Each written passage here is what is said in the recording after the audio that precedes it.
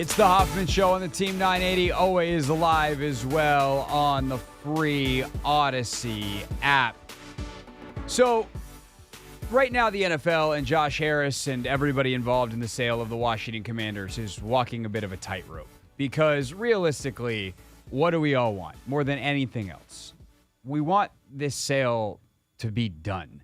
We want it to be over with. We want nothing more than on May 20, whatever day it is that they take the vote in Minneapolis, that we never have to hear Dan Snyder's name again. It's why when Dan Lust is on the show coming up, legal analyst at 5 o'clock, that I'm going to ask him how long it is till we actually never have to think about Dan Snyder again. Like, how long do we expect the investigations? Because, again, it's not just the NFL ones. Like, I tend to think the IRS FBI investigation into the finances could be a long one. And it might be one that 2 years from now, it's like Dan Snyder is on trial for tax fraud. And we cover it, not to the extent we would if he was still owning the team, but we certainly still cover it. Maybe it's a or what's trending type of thing, more of a news item in the paper than it is a talk show discussion, but and also at that point, it's like, okay, we watch it with an arm's distance. It's like, hey, the outcome of this trial has nothing to do with the football team, other than that's why he's in tax trouble in the first place, is because he did shady stuff when he was the owner. So I do think that is all, kind of works backwards into this, but realistically, we all just want this to be over. However, Dan Snyder shouldn't be allowed off the hook by the NFL or anybody else just because he sells the team. Because he gets this golden parachute of a $6 billion sale. It gets to wipe out his $1 billion in debt from being a bad businessman. And more importantly, just gets to skate on all of the things that he is accused of doing or accused of allowing to happen. Both of which are obviously out there.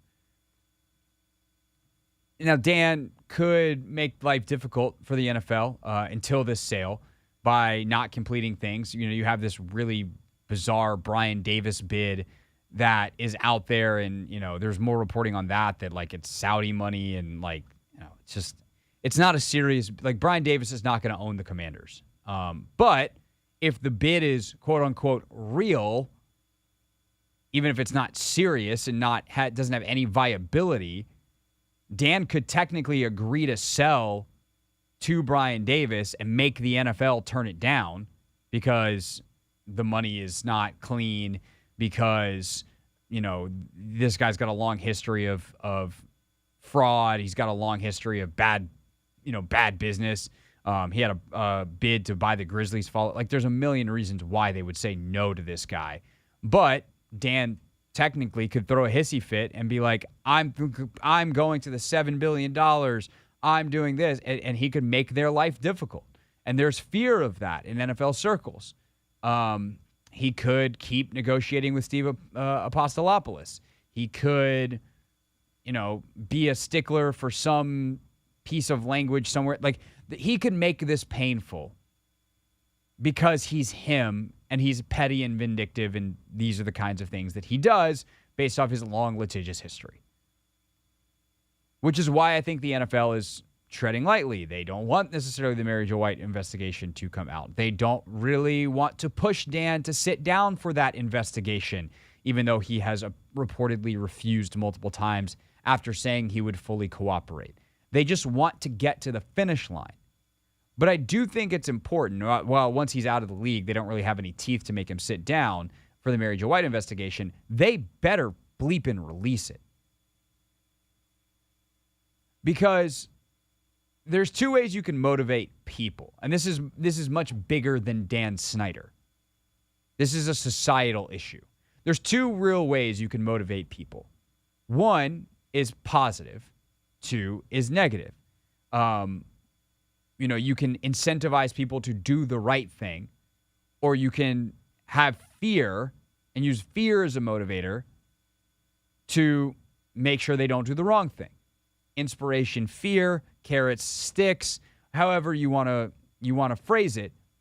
Typically, both is the best combination. We'll get to the both part. But simply put, there needs to be consequences for people who do bad things so that they don't do them again. And so that other people don't go, well, I can do that. And if the motivation can come from being motivated to do good, or the motivation can come by fear, it's important to like clearly define who's defining what's good, right? Because in the case of most billionaires, good is defined as making money. And that's the end of the definition. Not making money and helping enrich people's lives, not making a difference in a positive way, not providing great salaries and benefits for employees and infrastructure for my community to grow. Like, it's just how big can I get my check? That's pure, raw, unfiltered capitalism, baby. And that's how a lot of these guys operate. And thus, anything that could potentially get in the way of the check is considered bad. And that's where kind of a necessary evil of motivation by fear comes in. So that unbridled motivation to make money and destroy everything in the way of making money is restricted. Because it would be great if we could just rely on everybody's moral compass, but that's not the world that we live in. And that's especially not true for billionaires. We need regulation, including moral regulation, with actual teeth. And that's going to prevent bad things from happening. And if you don't have teeth, you don't have efficacy. And so there's an argument to be made, as I kind of couch this a million ways, but I think this stuff is complicated and important and worth like giving, we're not a 30-second TV spot. We're a 3-hour radio show. Like, I got time. So yes, there's an argument to be made about how much punishment actually works as a deterrent. And that's actually been studied for years in the criminal justice space. And the shortest version of what's been found there is our incentive structures are tremendously broken when it comes to crime of all kinds, including white-collar crime.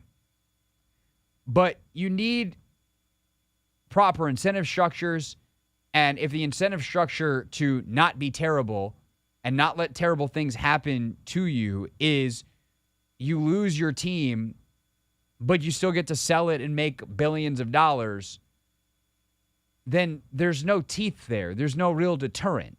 If it's supposed to be an ideal world of balanced between carrots and sticks, you got no sticks.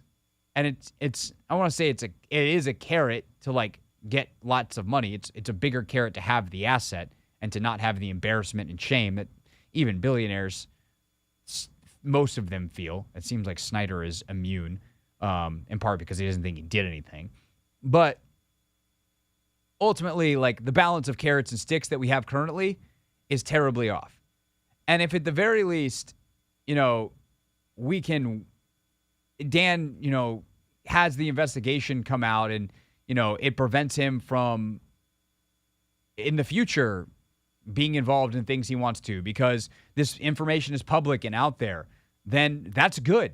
Because maybe the next person who is turning a blind eye to abuse within their organization, I won't even get into the things that Dan is personally accused of, but if at the very least, like, they might be a little more incentivized to put some structures in place to prevent bad things from happening. And I'm not saying like this is a one strike and you're out system. I'm not saying like, I'm not trying to be unreasonable here.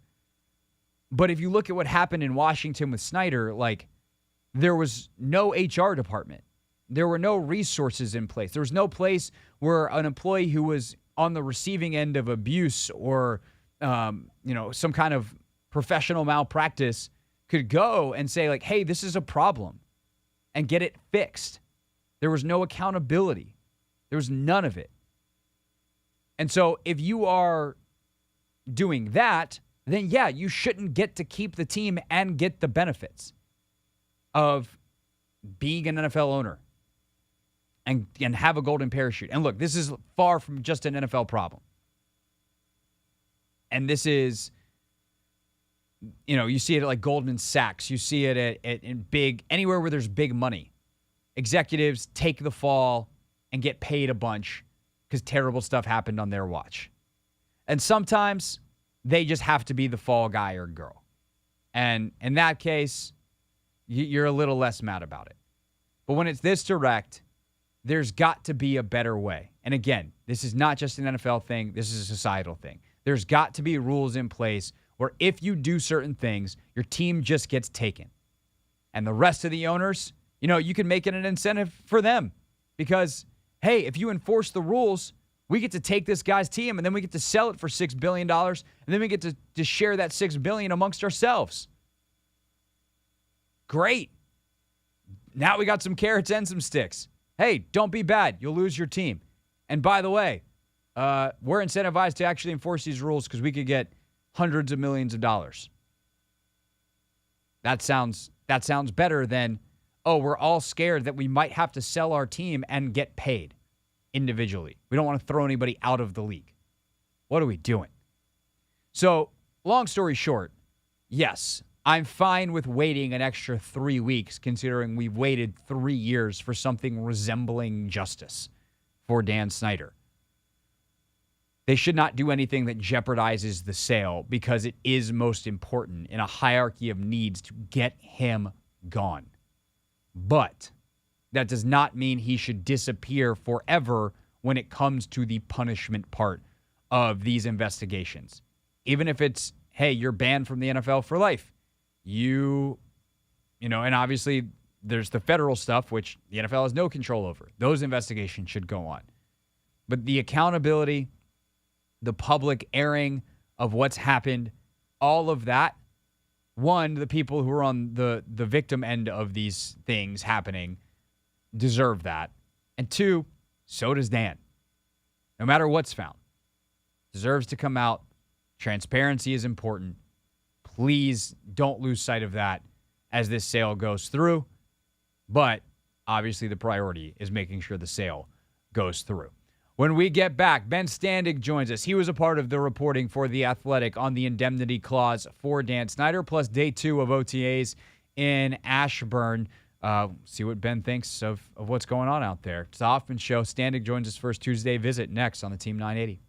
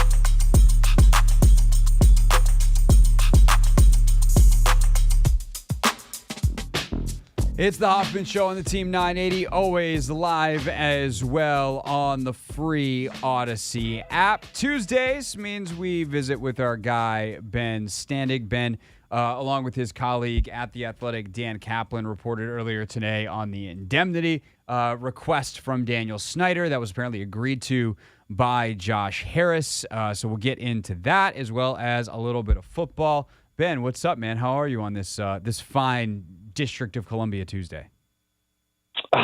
Craig, I am doing well. Always a pleasure to hear from you on these Tuesdays. Like everybody else, I feel like it's a permanent state of limbo here as we just wait for news, but otherwise hanging in there. Excellent. All right, so what can you – I know obviously like this is in many ways like Kaplan's thing. He's the business guy, but you've been involved in this reporting, and I'm sure you've been, as you're involved, you're like, hey, so what's this mean? What can you tell us about what was agreed to and any parameters around the indemnity for Snyder? Yeah, the specific details of what Harris and Snyder have apparently agreed to are unclear, but the reason why this is an important topic is that it had been reported a few weeks prior by the Washington Post that Dan Snyder would be looking to be indemnified if he were to sell the team, meaning he wouldn't be held responsible for any legal or financial penalties that may come down the line. And we know there could be some because there's still a bunch of investigations and who knows what else is even out there that just hasn't been brought to the public yet. When we were at the owners meeting and this came up to owners like Jim Irsay, Irsay was like, I don't think so. I don't think that's how we're going to do this. We haven't added this type of provision before with any of the other recent team sales. So why would we do that here? And the question is, it would appear that Josh Harris would be willing to do some of this, but it's still even there. It is somewhat vague because, obviously there are the situations like the recent settlement with the District of Columbia Attorney General for ticket deposits that were never returned to customers. Virginia could have something like that. That's just a relatively speaking small money fine that Josh Harris would not have an issue with. But what about the situations that are involving Dan Snyder directly, like the Tiffany Johnston allegation that Mary Jo White's investigating regarding her claiming that, he sexually harassed her directly? I don't know how that works. And I think that's kind of where this starts to get pretty interesting as to what degree would an indemnity that they'd agree to, how broad would it be? And then even if they put it in there, what does the league think about this? Right. And so the other question I had along kind of those lines is, could the indemnity be, and we'll have a legal analyst on at 5 o'clock, so if you just want to punt to Dan Lust at 5, I get it. But how could the result of the Mary Jo White investigation impact this? In other words, if the league is nah, you actually were innocent, and then he gets sued, are they on the hook? Versus if they find him guilty, could then all of a sudden it's nah, man, we think you did it, so you got to pay up. Right. Well, I mean, that's the part that's challenging. Let's not forget, right? The Wilkinson report, independent of what anybody thinks of it, and obviously we never even saw the full report. He was fined. Snyder was fined, or the organization was fined $10 million. So now, if something similar were to come down, that would be on the new owner if this indemnity thing were to take place. So, it's interesting. It's interesting to know. I mean, here's the other thing, right? The Mary Jo White report, not completed yet. Roger Goodell told us recently that, he doesn't know what's in there because she's the one doing it. It's an independent investigation. So if hypothetically, I'm just making this up, if today or tomorrow Snyder and Harris sign an agreement, does the league know what Mary Jo White actually has? And can they determine whether they would allow any indemnity to be in this agreement or not? I'm not sure how to answer that. Maybe that's something your legal advisor to talk to could explain. Definitely. All right, Ben Standig with us here on the Team 980. Anything else from this story on the indemnity or just the kind of where we're at with the sale that's caught your eye that you think is interesting and worthy of discussion at this time? Well, I would just say that even just the idea that Josh Harris and Snyder have this agreement up to the league, but it's not signed yet. According to Dan Kaplan, who does this is what he does. He's telling me that this is highly unusual. I think he said he's not even sure he's ever heard of such a thing. That normally these groups, the buyer and the seller, hammer out a plan and then send it up. Here it's like somebody saying, "Hey, we want you guys to look at this before we even get to the final part because we want to make sure you're cool with it." And this could be an example of where Dan Snyder's, let's just say, chilly relationship with the league is slowing this down a bit, because if he's not talking to them, then it's sort of putting Josh Harris perhaps in this awkward spot of having to be the go-between, even though he's not actually in the club yet. And that's what is also sort of odd about this. I don't know that that's exactly the case, but like I said, according to Kaplan, the idea that this would even have gone to the league without a signed agreement is highly unusual. So yet another weird step in the Dan Snyder era. Yes. Very odd, very bizarre. Also incredibly Dan Snyder, because that's kind of, I guess, where we're at. All right. OTAs. How important is it, do you think, that Chase Young showed up for them? I think it's important from the standpoint of I don't know if they have already made a decision on the fifth-year option or not, but it would be negative if he didn't show up, I would have to imagine. I don't think him showing up suggests that they will definitely now pick the option up, but I think it's important that he is there because that is still up in the air. Because they still haven't made a decision, as far as we know, on the option. I don't think the knee, from what I gather, is a worry at this point, but it is. I think he's got to show improvement. He's got to show growth and development, because even before the injury, he had plateaued certainly at a minimum off of his pretty good rookie year.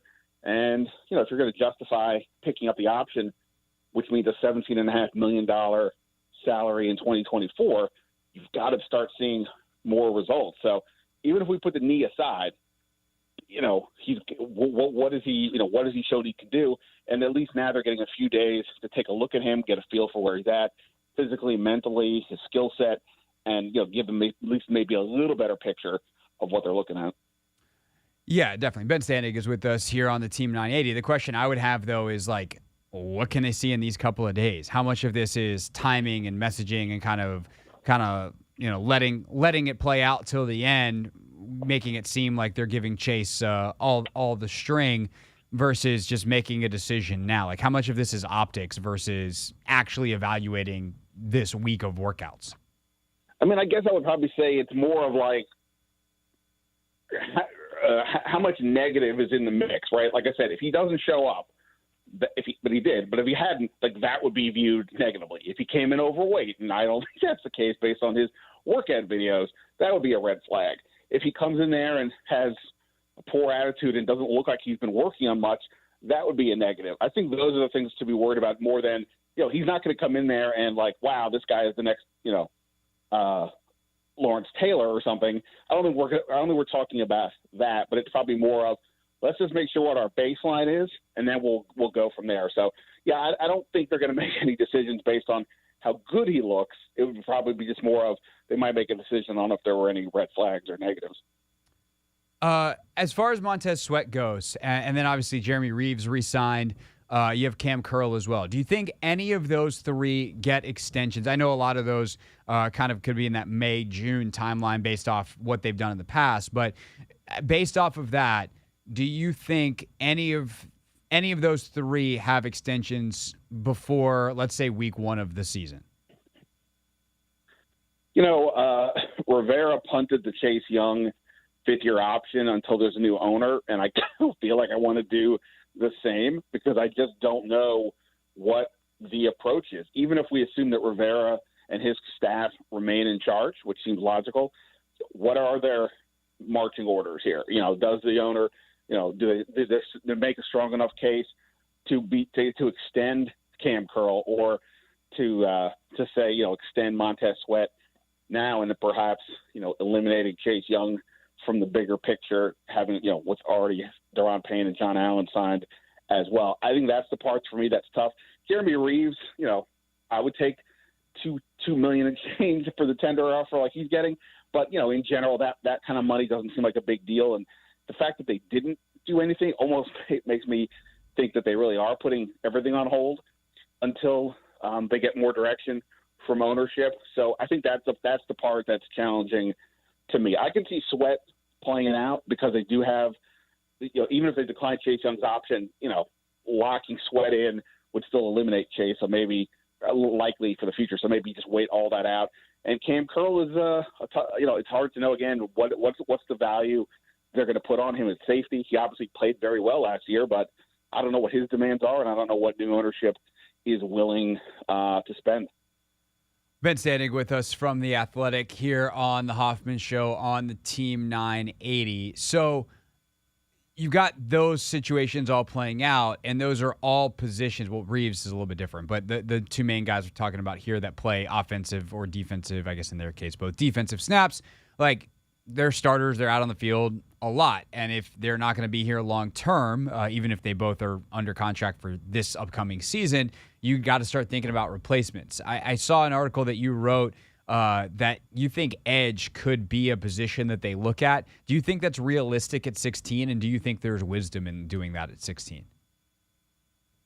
Sure. I mean, like anything, it depends like who is on the board. Like Lucas Van Ness from Iowa is arguably the number one. Well, he would be like when you get past the Will Anderson, Tyree Wilson part of the draft, he's like the next guy in a lot of lists, him or Nolan Smith from Georgia. I kind of think there's some interest in Van Ness. He's a big guy, he's position flexibility, can slide into tackle. If he is there at 16 and you've got him, high on your board, which they may very well have, that would be fairly tempting. In the short term, I mean, he could at least give you more potential as the third defensive end over what they have, and then slide in next year as the replacement for Young or Sweat, assuming one of them leaves. Is it wise?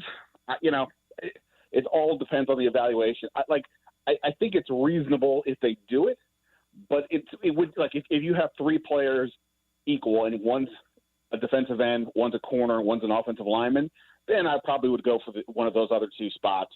But like I said, if they think one of these defensive ends is their best guy by far, or very good, and they feel confident they're not going to bring back one of their own defensive ends, then I think it's fair to make that call, even though I know a lot of fans would probably be irate over it.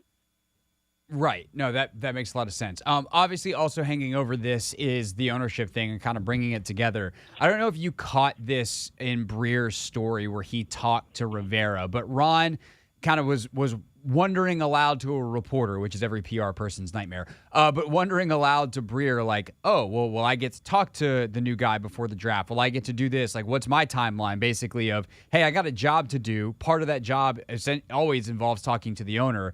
I got a new owner. Even if he's not in charge yet, like, I got to know what he wants.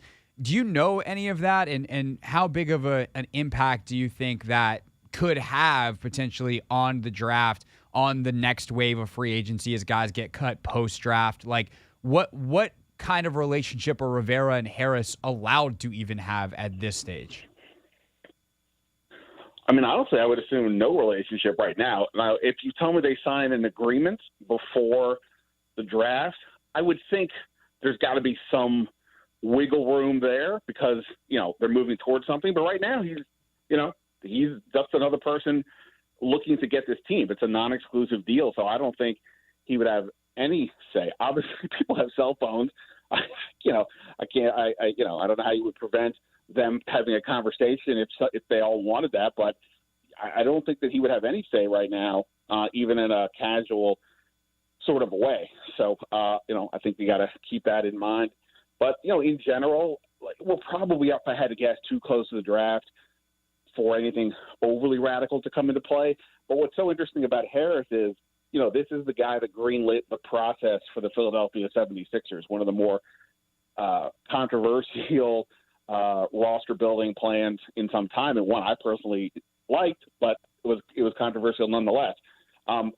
Could he have similar thoughts with the NFL? I don't mean similar thoughts in terms of tanking, but just something out of the box, aggressive. Maybe. Can that be executed the next week? That seems highly unlikely. So that much I don't know. But I think to me broadly, that's what's interesting to me about Harris on the football side of things. But I'd be surprised if he had any real say at this point in terms of this draft. Yeah, no, and that's more of what kind could he have? Although you do make a good point. If Ron Rivera is yeah, my friend Josh Harris, we just got on the phone. We're just talking ball. There's probably nothing stopping it. There's nothing explicit unless Dan was no, I'm still the owner. You don't talk to him or I fire you. That kind of stuff. But I don't think there'd be a league rule preventing it if they wanted to. That's actually that's a good point. Right. I mean, I don't know what would happen if somebody the next bombshell investigation is Josh Harris is talking to the head coach before he even owns a team. I don't know.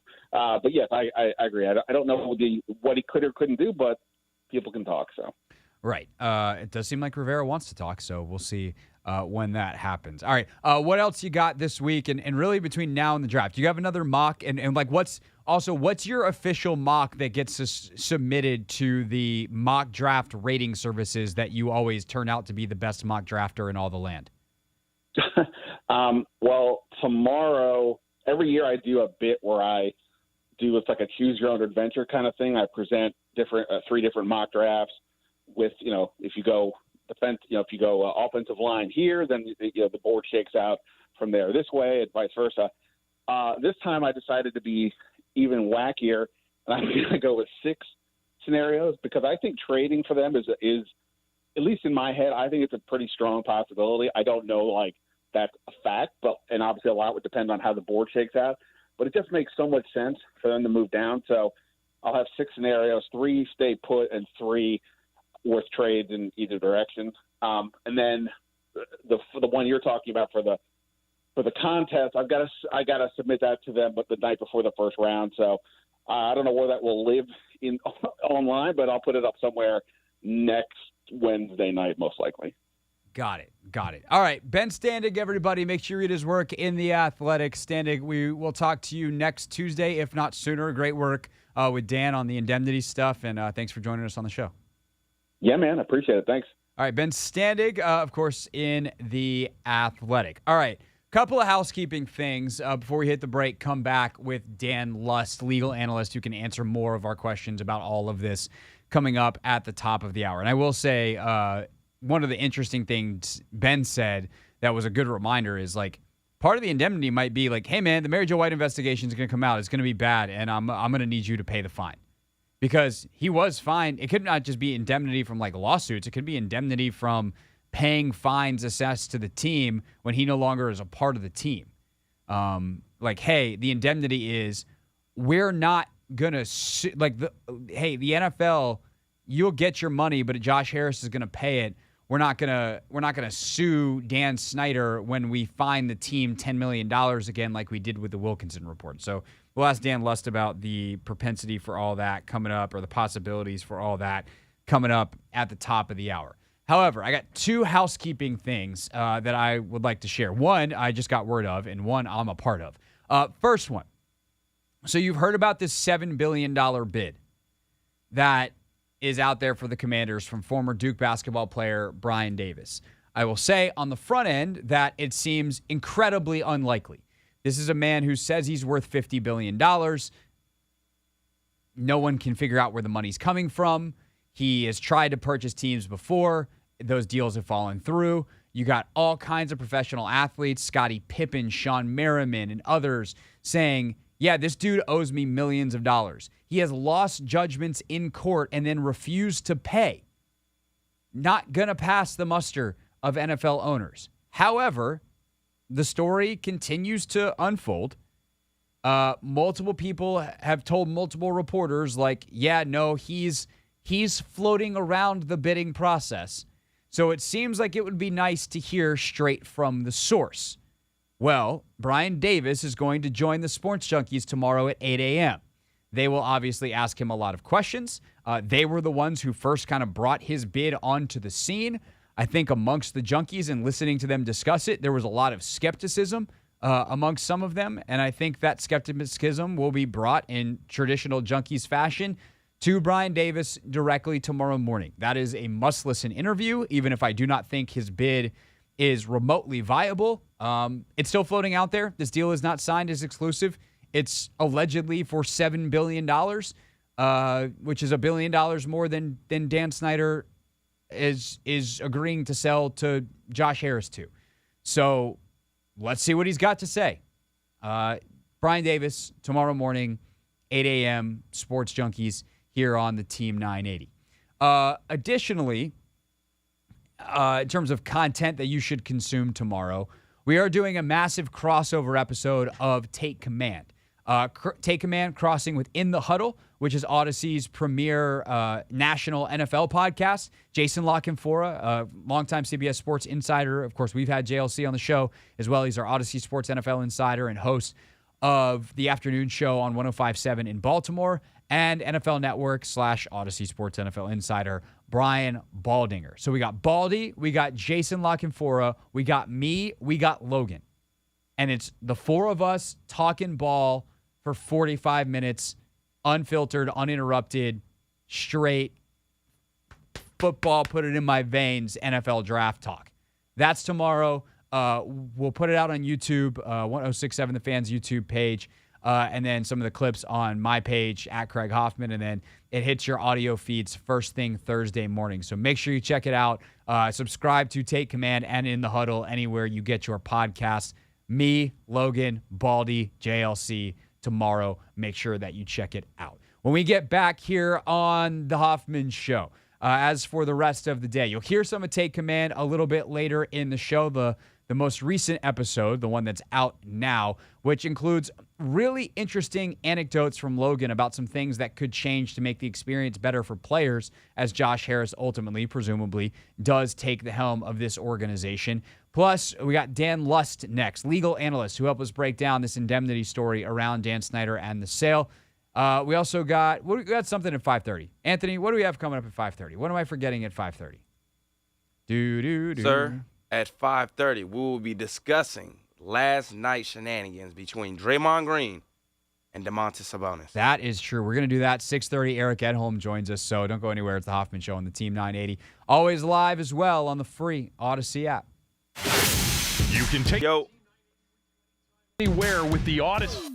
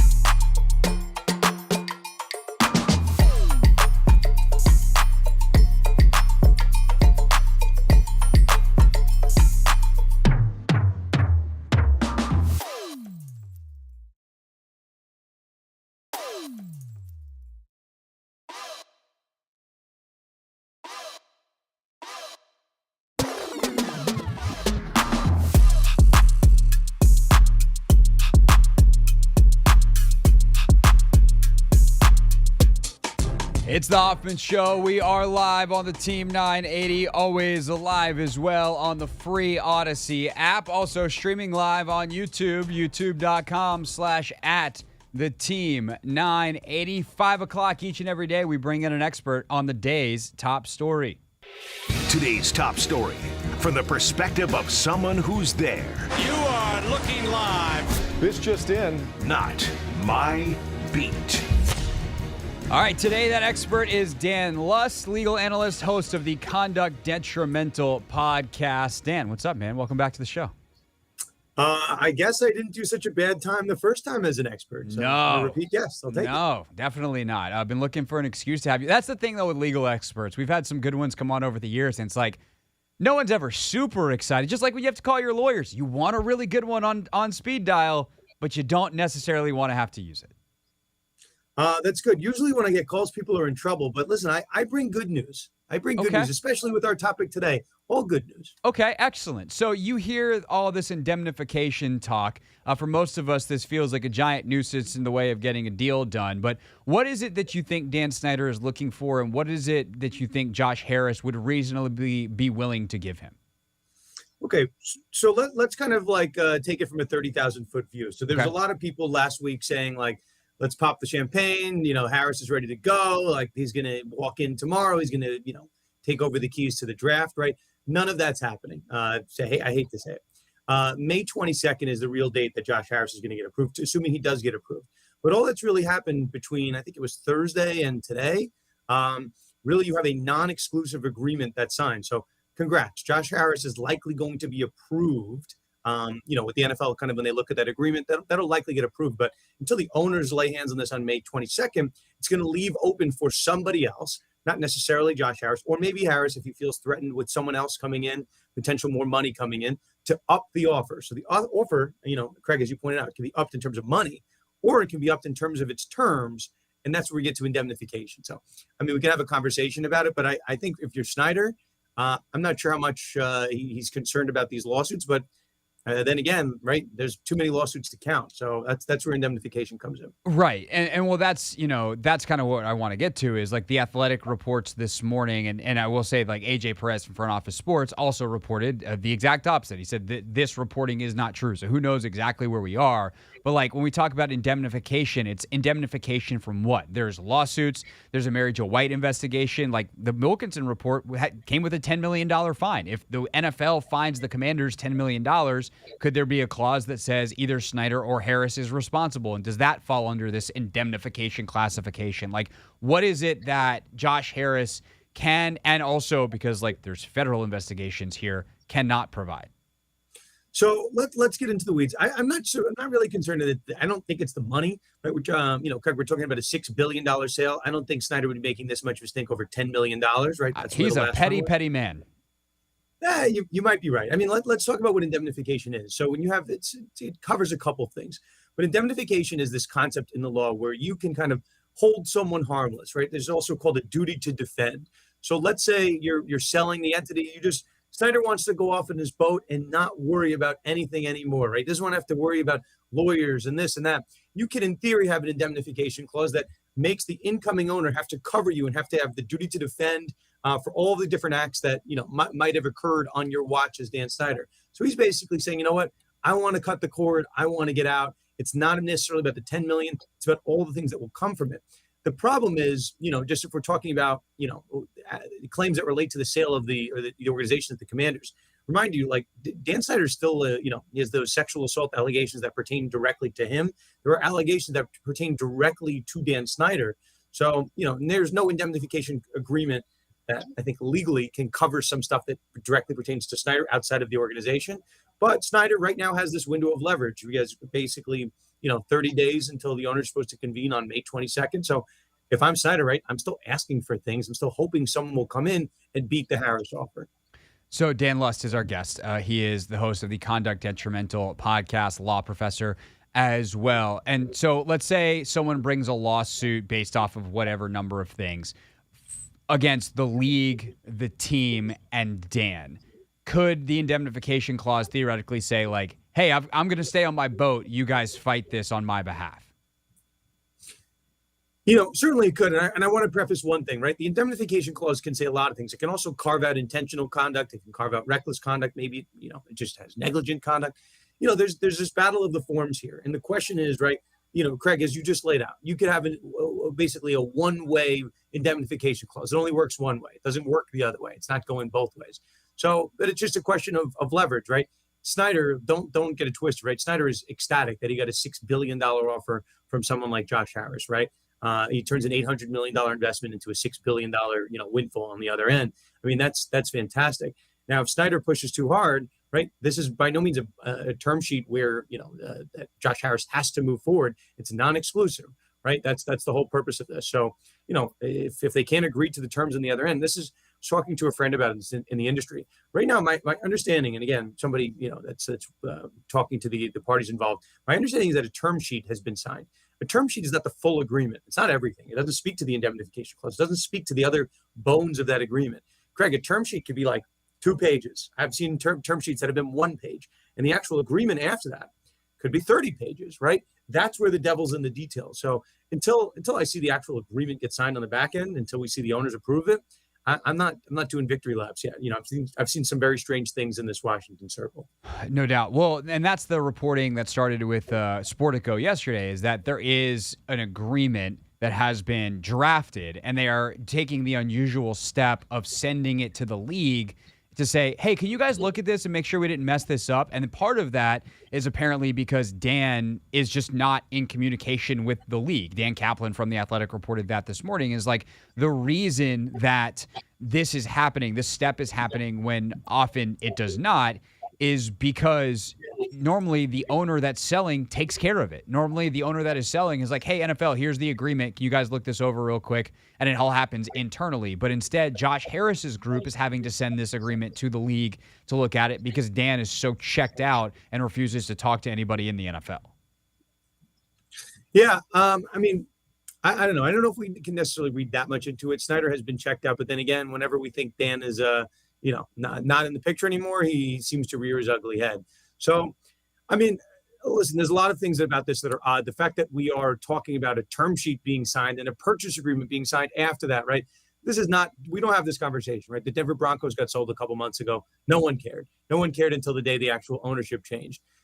So listen, my red flags are always up with this Washington situation. I'm confident at this point that the team will be sold. So that's, I guess when it happens, people will cheer.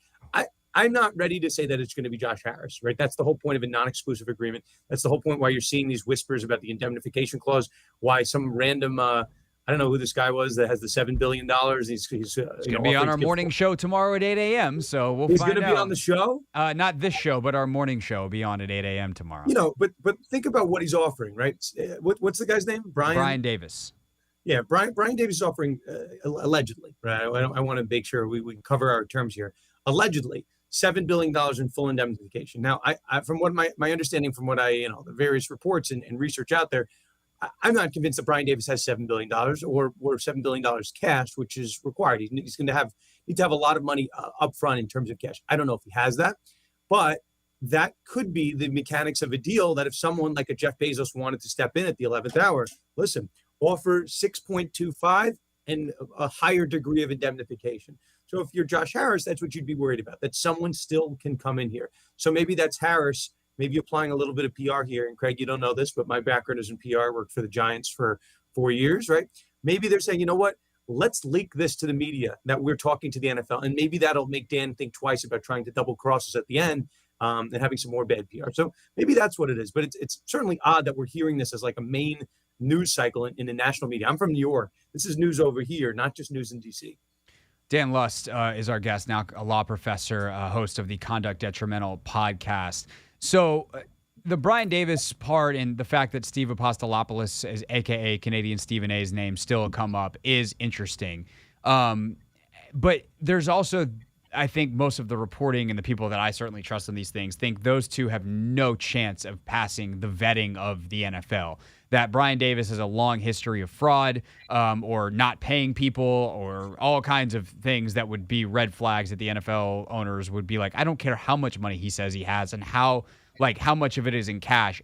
That dude's not joining the club. Same for Steve Apostolopoulos, where he doesn't seem to have the funding that would meet the thresholds and requirements. So the idea that he could all of a sudden get it and beat Josh Harris's bid seems very, very unlikely. But from Dubious. a legal, there you go. That's a great word, dubious. So the kind of legal question I would have is like, what processes are in place and what level of control does each party have here? Because Dan could be like, I'm selling it to the $7 billion guy, and I'm going to make you guys say no. And then what ground does the NFL have, and what legal recourse could Dan potentially have when they're like, absolutely not, we do not approve this sale, and Dan's like, well, you guys are just trying to screw me out of $1 billion. I mean, it gets down to this question. Craig, what do we think the owners care about most? If you had to pick one thing. I would say the money over the long term, which I realize is a caveated answer, but it's like, if they think this Brian Davis dude is bad news, he ain't going to be worth the extra billion to them. But money over the long term. That's what I'm getting at. It's money. It's not just a pure cash grab, right? Like, congrats, the team sold for, let's say, $7 billion if Brian Davis, somehow manifests this money out of thin air. But hey, we're not sure if he actually has $7 billion, number one. But number two, you have to ask the question of like, do we actually think this guy's going to run the franchise successfully? So, that's we looked at Washington for the last 20 years. Dan Snyder has a lot of money, right? He's got yachts. He's flying all over the world. He had the money, and the organization's been run into the ground. So maybe you want someone like Josh Harris, who has affiliations. I think he has a minority share of the Guardians, the Steelers. He's got teams. He's got the Sixers. This guy knows how to run a franchise. He's involved in every sport. He's not going to embarrass the team. He's not going to embarrass the market. So maybe that's what you want at this point. You're not in it for a pure cash grab. So, different conversation if Bezos is throwing around $7 billion, you can have that conversation. But, if it's $7 billion from some Joe Schmo who has lawsuits and default judgments against him and lawsuits against, pretty high known athletes, maybe you want to just stay clear of this person. Yeah. Dan Luss with us. A couple more questions for him real quick. Snyder and Snyder adjacent. My first question for you that is directly about Dan, as in Dan Snyder, for you, Dan Lust, is how much longer are we going to hear this guy's name? Which, we know May 22nd roughly is somewhere along those May 22nd to I think it's May 25th meetings in Minneapolis. Dan is going to be voted out, or not voted out. Josh Harris will be approved, or whoever will be approved, and he will no longer be the owner of the club. But he's still got like federal cases with taxes and the FBI and everybody looking at him. He's got the lawsuit in Virginia from the basically the same one that happened in D.C. and Maryland about season tickets. All these kinds of things still floating out there. How long do you think these things will take to resolve till Dan is truly on his yacht, out of sight, out of mind forever for all of us who have covered him for way too long? I mean, let's say we were in a world where this team was about to be sold, and you have, I guess let's start here. The reason you have all of these different elements, right? You have the consumer fraud case, you had the congressional hearings. It was because Dan Snyder was being so, rubbing it in people's faces that he wasn't going anywhere, right? He wasn't going to sell the team. So I think you had a lot of people motivated with the pitchforks because Snyder wasn't doing anything about it. So now you have a different situation. You have a situation where Snyder, again, I have no bones and no bias in this race. He appears to be on his way out. Now, do you have those same motivation to pursue those cases? I would think you do in some part. We talked about a lot of them. The main one that I've been looking at is the NFL's investigation into Dan Snyder themselves and the Washington Commanders. So, Craig, with respect to the one brought by the DC Attorney General and, the FBI, those are sexy cases when you're actively going after the owner of a team. They're not as sexy if Dan Snyder is already on his way out. So I'm not sure, all of those are going to continue with the same fervor. But I'll tell you, maybe this is a little bit of a hot take. I'm not sure, now that Snyder's on his way out, I'm not sure that we ever see that Mary Jo White investigative report. I think the NFL is going to feel very motivated to bury that and for no one to ever see what went on within the Washington Commanders organization. And think about if you're Josh Harris, right? Or you're the incoming owner of the Washington team. Maybe you don't want that report to come out. Maybe you don't want the image to be stained about what happened underneath the hood. So I'm not sure that we're going to see that one. I'm not feeling 100% confident on that. So I hear you, and I think that there's definitively a chance of that. But I would ask both your legal and PR background perspective here is that actually the best thing for the league? Because I think sometimes the best PR move is to take it. Maybe that's the journalist in me speaking, but at the end of the day, I do think that sometimes the best thing to happen is to just be transparent. Say, hey, this is what happened. We're ready to move on, but we can't move on until we put it out there. And I think that's really, really important. Like, and that part is certainly a moral compass and to an extent a journalism major who wants transparency and takes a journalistic approach even to a very opinionated job as a talk show host. But I do think also, like, if I was a PR advisor, that's what I would want to do. So is there actual wisdom in that? Well, I'm only smiling. It depends how bad the report is, right? If the report is a nuclear report, if everyone's going to go down, it's probably not good to release that, right? It also depends, right? Who is behind this report? Who's controlling the organization at the time the report's supposed to come out? So I have a sneaking suspicion. I feel very confident about this. I don't think the report's going to come out in the next 30 days or whenever the owners are going to convene. Right. They don't want to jeopardize the sale. Right. I don't think that's going to happen. And is that fair? From a journalistic standpoint, like if the report is ready to go, why don't we just release it? Maybe that should impact the value of the franchise. Now, when Josh Harris or whoever it is takes over, I don't think that person's going to want that report to be released. And, we'll see what comes of it. But yeah, I mean, at the end of the day, if it's not that bad, right? If we were making it a bigger deal in the media circles and the sports law circles, and if it's not that bad, okay, just own it, right? This was a prior organization, prior leadership. But you'll see, right? I don't think Josh Harris is going to clean house and fire everybody up and down. So he's got people he's going to have to protect. People have friendships within the organization. So I'm not feeling, right? I don't think the odds are minus 500 that this report gets released. I think it's much closer to like a, minus 110 special. I think it's very much a toss up. Yeah, I will say that most of the things that we know about that are being investigated happened the Jason Wright era. So most of the people have changed out and changed over. Obviously, that also is pre-Ron Rivera era. So I don't know how many people would have to get cleaned out. It might be a much easier cut. But you're right in terms of the headlines and all those kinds of things. They just want to move forward. Again, I would argue that closing the book is important to move forward. But what do I know? I'm just a guy with a talk show. Last thing for you on the way out, which is very related to this, but is a bit of a big picture issue, is what can we do as a society to end the golden parachute? Because at the end of the day, Dan Snyder is going to get to sell this team for $6 billion and walk away with, $5 billion in cash minus whatever he has to pay in taxes, which will be a lot, but will still be billions of dollars. And that, considering what he's accused of doing and what we very much know he allowed to happen, it just doesn't seem fair. We've seen it in many other industries as well, with many other people getting lots of money. We saw Jerry Richardson get to sell the Panthers, like Robert Sarver just sold the Suns. What can we do to make this stop where there feels like there's more consequences for people that don't end in them just losing, not even losing their team, having to sell their team for $1 billion, boo-hoo? I mean, you brought up Sarver. My understanding is that Sarver on his way out wrote checks to everybody, a lot of the employees on his way out. So, I mean, there's some positive. Good for him. Yeah, listen, we talk about the good and the bad.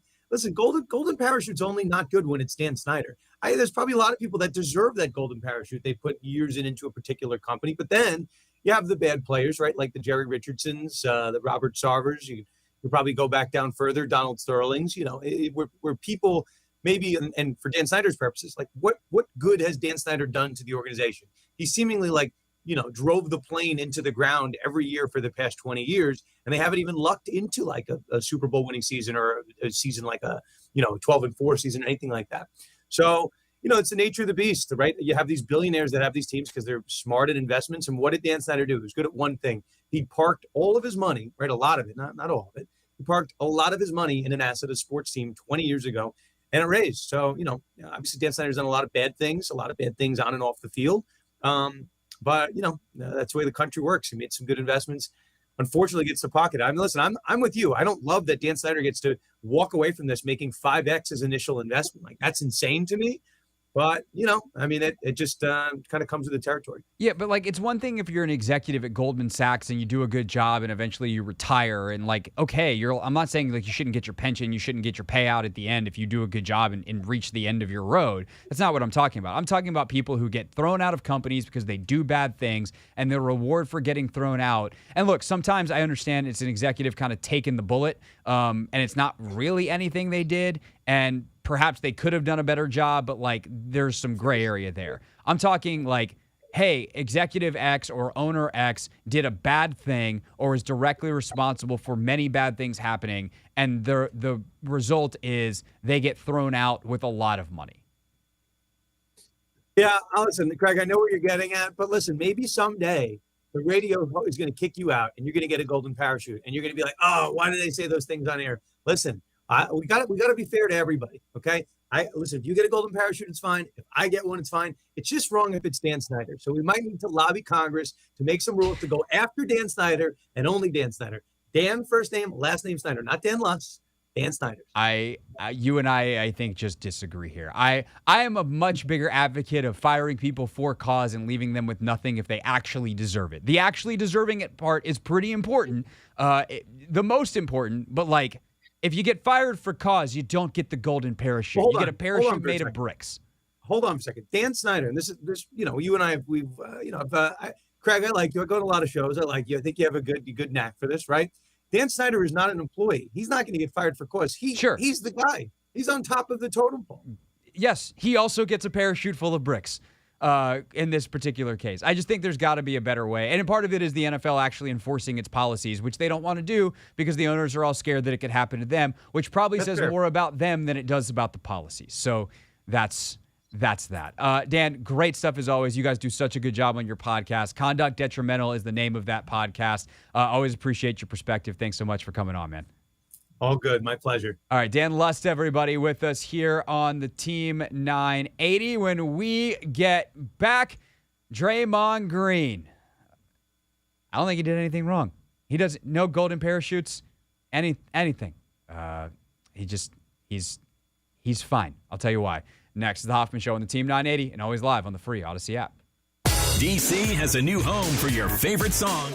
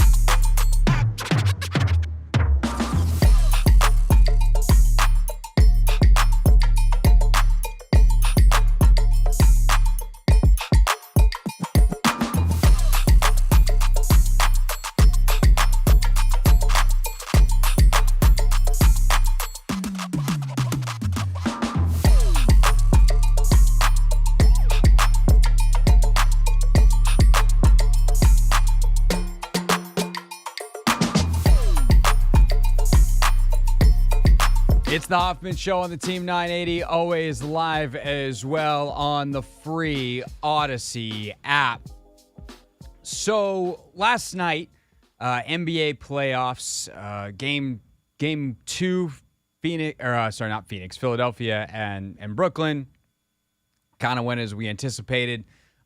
Brooklyn had a nice little second quarter. Philly comes back, shuts him down. Brooklyn just doesn't have enough offense. We'll see if they get a game, whether that one's a gentleman's sweep. Then you get to the primetime fight of the night, if you will, main card, Warriors, Kings, and, well, I didn't intend to frame that up as a fight. That's kind of a no pun intended situation. We had this moment that became the talking point of the game. Oh, Anthony. Monk puts it up. And Curry's got the board. Green gets tied up. And a technical has been assessed. Sabonis is down. Let me say this. Draymond stepped on him, but Sabonis grabbed his leg first. Sabonis writhing in pain. Now watch the end of this play. As he goes down, watch him grab Draymond right there. And to me, that's exactly what happened. Ian Eagle, who joined us yesterday, and Jim Jackson on the call on TNT. And this has become a gigantic scrum of takes. Obviously, people have their predisposed opinions of Draymond Green for whatever it's worth. Not that this is going to help convince anybody. I'm a very big Draymond Green fan. I think he's very smart. I think the way he plays is brilliant. I do think he has occasionally crossed lines. I don't approve of those lines being crossed. However, last night, the idea that Draymond Green did something dirty or even did something untoward is so impossibly stupid to me that I cannot fathom someone who does not hate Draymond Green and is thus seeing what they want to see, seeing it another way. And I am rarely that definitive about things. I do not like hot takes. I think they are silly. I think if you are out there to put yourself in the most extreme position as opposed to having a nuanced conversation about things, then what are we even doing? However, is there, and in that vein, I will even say this. Is there another way Draymond Green could have handled that situation that doesn't involve him putting his foot into Domantas Sabonis's chest, sternum, whatever? Sure, there is another way he could have. But Draymond tried to continue to play basketball last night. And that, plus gravity, is what happened. And I just don't understand the desire for people to make this more complicated than it is. And I cannot believe that he got thrown out of the game for that. The NBA should be embarrassed, especially because this is not some referees caught up in a moment or referees talking amongst themselves on the court without the benefit of replay. No. It's a flagrant 2. He gets thrown out after they look at this thing on replay, and it's thrown to the replay center. They have input from New York. Secaucus. What are you doing?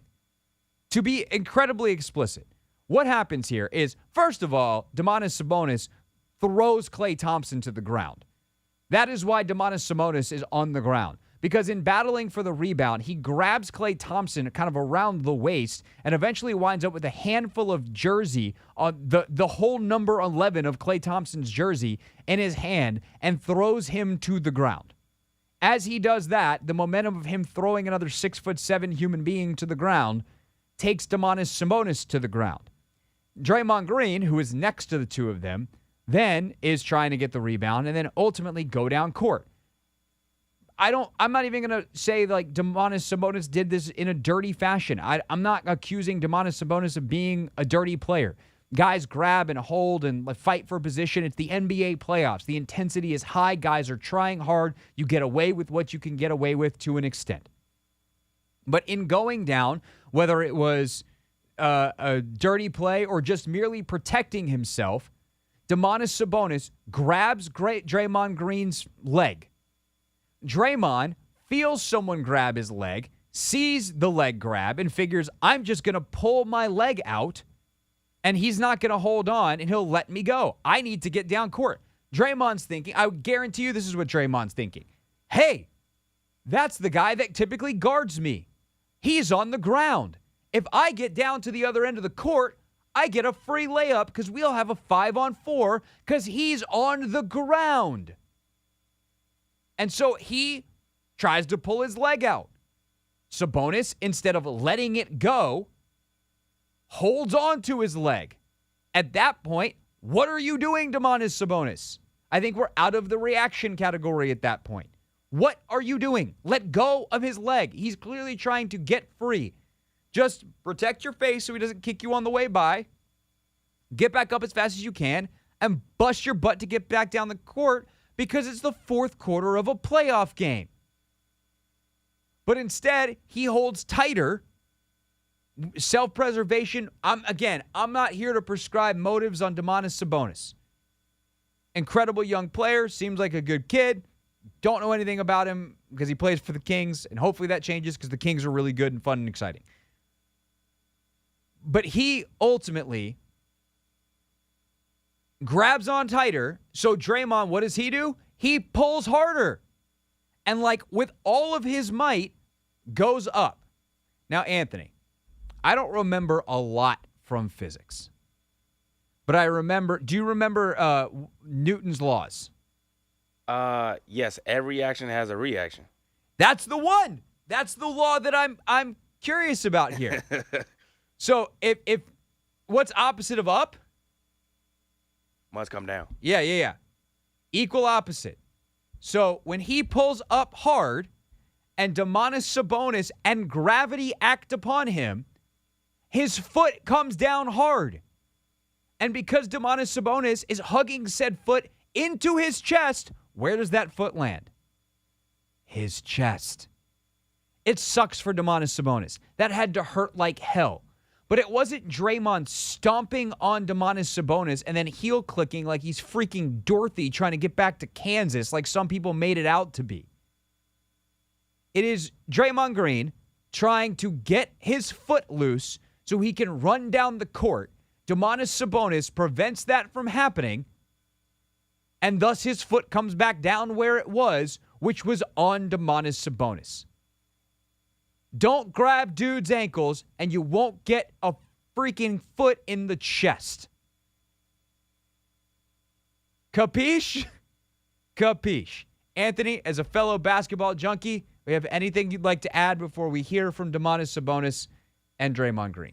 I mean, I'm in total agreement with you, Craig. A lot of my friends were calling me crazy earlier today. I got a lot of backlash in the chat earlier today, and I just think a lot of people have already, made their bed with Draymond Green. They don't like him. They think he's a dirty player, and I think he has had plays that I'm not, big fans of. He's had some dirty plays and things along that nature, even against Agreed. LeBron James.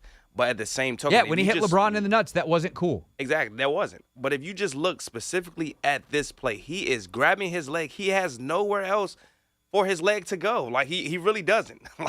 People are like, well, he could have stepped over. Like, yes, if he wanted to be really, really careful and be like, oh, the most important thing in the world right now is for me to not hurt Domantas, who's on the ground. Could he have carefully stepped or been like, excuse me, sir, could you please let go of my leg? Like, no, it's the fourth quarter of a close playoff game. He's trying to bust ass down the court. Exactly. Like, what are we talking about? Newton's laws and gravity. That's what we're talking about. Here's Domantas Sabonis, his thoughts, his vantage point after the game from the ground. Actually, he had set up by this point. Jonas, what did you just take us through kind of that play with Draymond there in the fourth quarter? I love the competition. I love the playoffs. The challenge I'm taking on the Warriors. I got hit earlier in the game in the jaw there, so when I fell, I was kind of protecting myself, and then obviously the incident happened, and I feel like there's no room for that in our game today. Draymond said that you grabbed or held on to his ankle, and he's trying to. Did that happen from your vantage I feel like point? it's the playoffs. A lot of things happen, but at that point, I get pushed. I'm falling on the floor. I'm just trying to protect myself. And then whatever happened. I was with him until he was like, "Oh, things happen." To me, that sounded like a dude that was telling on himself a little bit. Like, protect. Okay, I was protecting myself. Like, there was a lot of limbs. I was, I'm on the ground. My head's there. It already got hit in the jaw. Like, I didn't mean to. Like, obviously I don't love getting stomped on, but I was just trying to protect myself. Say that, and, like, I'm with Domantas Sabonis, and ultimately this is a really unfortunate thing. But when he's like, oh, things happen, like, are you protecting yourself? Or are you pulling some shenanigans there? I didn't love that.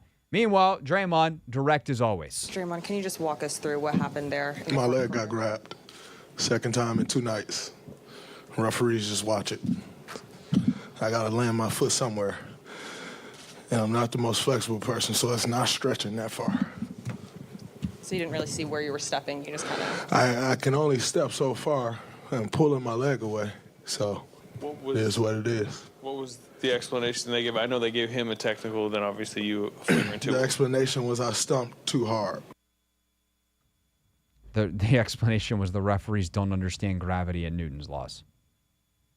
Like, Draymond, in a way, tells on himself a little bit. He didn't really go out of his way to not stomp on Domantas Sabonis. And in that way, like, is that the most sporting thing? Is that something we'd be proud if our kids did? No. These aren't kids. These are grown men. It's the NBA playoffs. It's the fourth quarter. It's a 2 or 3 possession game at that point. I don't remember the exact score in the moment. The referees have to do better. You cannot throw him out for that. I'm like, we can talk about all these different rights and wrongs and whatever. If you think Draymond deserved to be thrown out for that, then we can never watch basketball together. Not in the playoffs, not in that moment. What are we doing? Thank goodness the reporting is that The Athletic says he's unlikely to be suspended for Game 3. That would be one of the most preposterous suspensions in NBA history, at the very least, since the Suns-Spurs Robert Horry Steve Nash fiasco suspension, where Amari Stoudemire got suspended for having 4 toes on the court during a brawl. It's just ridiculous. And one of the things that really drives me nuts about officiating, which is an incredibly hard job. It's a thankless job. You're at your best when nobody notices you. But your job is to officiate the game, and part of that is understanding the moment. It's the same gripe I had during the Women's College Basketball National Championship game, calling a billion fouls. The same gripe I have when refs insert themselves too much at the end of games in the NFL. Like, we're allowed to be human here and go like, yeah, if it's a regular season game, we might throw Draymond out there because it's not worth another altercation later or anything else, like Sabonis is hurt, whatever. In a playoff game, Game 2, Warriors already down 0-1, 6-point game or whatever it was in the fourth quarter. Come on. What are we doing? And thank God the NBA is not going to suspend him. All right, when we get back here on the Hoffman Show, if you want to add to the dearth of people in my or the amount of people in my mentions who think I'm wrong on that, go right ahead at Craig Hoffman on Twitter. You can also leave a comment if you're watching on the live stream on YouTube at the Team 980. We get back, though, we will talk about the actual basketball. Down 0-2. How much trouble are the Warriors in?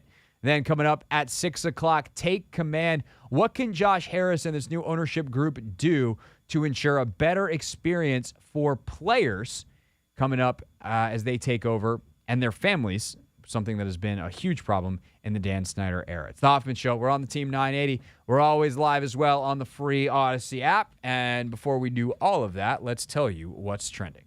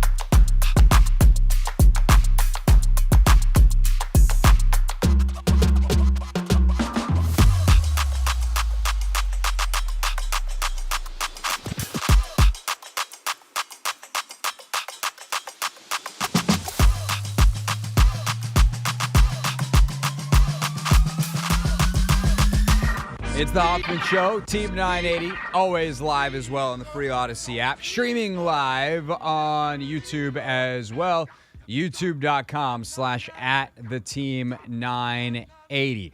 All right, Anthony Haney, NBA playoffs now, game 2's in the books for Philly and Brooklyn, and of course for Golden State and Sacramento. Do we think Golden State, who was favored in this series despite being the 6th seed, is in actual real trouble? Personally, I do think they're in trouble, Craig. I think you're correct because they're down 2-0. That's never a good place to be. Yeah, I mean, again, the Warriors have struggled on the road this season. So I guess we do have to, give them some type of respect because they're usually good at home. But going to, what is the Kings Arena called? Golden One Center, I believe is what it's called. Going there, I don't know how they're going to be able to pick up a win on a road in that atmosphere. I just don't. And I think the Kings just play so much better at home, and I don't have faith in the Warriors, man. I truly don't. It's felt really off all year for them. And the answer is they're going to have a lot better production from guards not named Steph Curry. Klay Thompson last night was good. He had 21, but he's a -11 on the night. He has 21 points, 5 boards, 3 assists. He shoots 5 of 10 from 3, 7 of 13 from the field. He's fairly efficient. So, offensively, he was good, but that tells you defensively, there were some issues. Also, he played with Dante DiVincenzo, who was awful last night. DiVincenzo, 13 minutes, 0 points. Didn't even take a field goal attempt. Not a free throw. Not a three-point attempt. Nothing. Had a couple of rebounds and assists, 2 turnovers, and he was awful. And Poole only played 16 minutes last night. He's 1 for 7 from the field for 4 points. That's the answer. Moses Moody winds up playing some in the second half last night because Steve Kerr was looking somewhere else for answers. And they've got the benefit, the fact that Moody's played a bunch of games for them, big minutes, where he's come in and been a really good defensive player. He's just a solid, he hasn't developed into the star that they wanted him to develop into. The idea that they were going to have Moody, Kuminga, and Wiseman and Poole to replace Thompson, Curry, and Green was oh my God, this team could be great for another 15 years. And that just hasn't developed. But he is a guy who's got a ring now from the team last year and played really important minutes in really important games. So I still think that's something that they have going for them. They have some options. Anthony Lamb hasn't played these first 2 games. He's been really good for them all year. But they need production from guys not named Steph Curry. And I do think that if they were to go down in this series, the big three's not going anywhere, but I think Jordan Poole would be on the trading block this offseason. You could see major moves made by the Warriors because, their on-off numbers all year with Curry have been like this. When he doesn't play, they're not that good.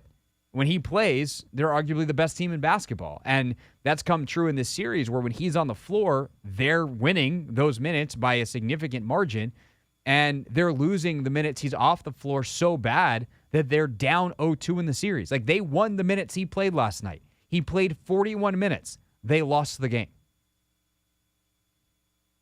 Yeah, I mean, again, I think you hit the nail on the head when you talk about Jordan Poole, need more out of him. I just think relying so much heavily on Curry, you need another guy that can do something off the dribble and take the ball out of his hands. So the Jordan Pooles of the world. We saw Wiggins play a little bit more yesterday, and he was definitely aggressive in attacking the basket. He just got to be able to hit some shots. But I think we're going to need more from those guys and be able to get the ball out of Steph Curry's hand just so he's not overwhelmed with everything. And Mitchell was picking him up 94 feet, so that's also exhausting and partially probably why Curry went 3 for 13 from 3. Yeah, you just don't have the legs.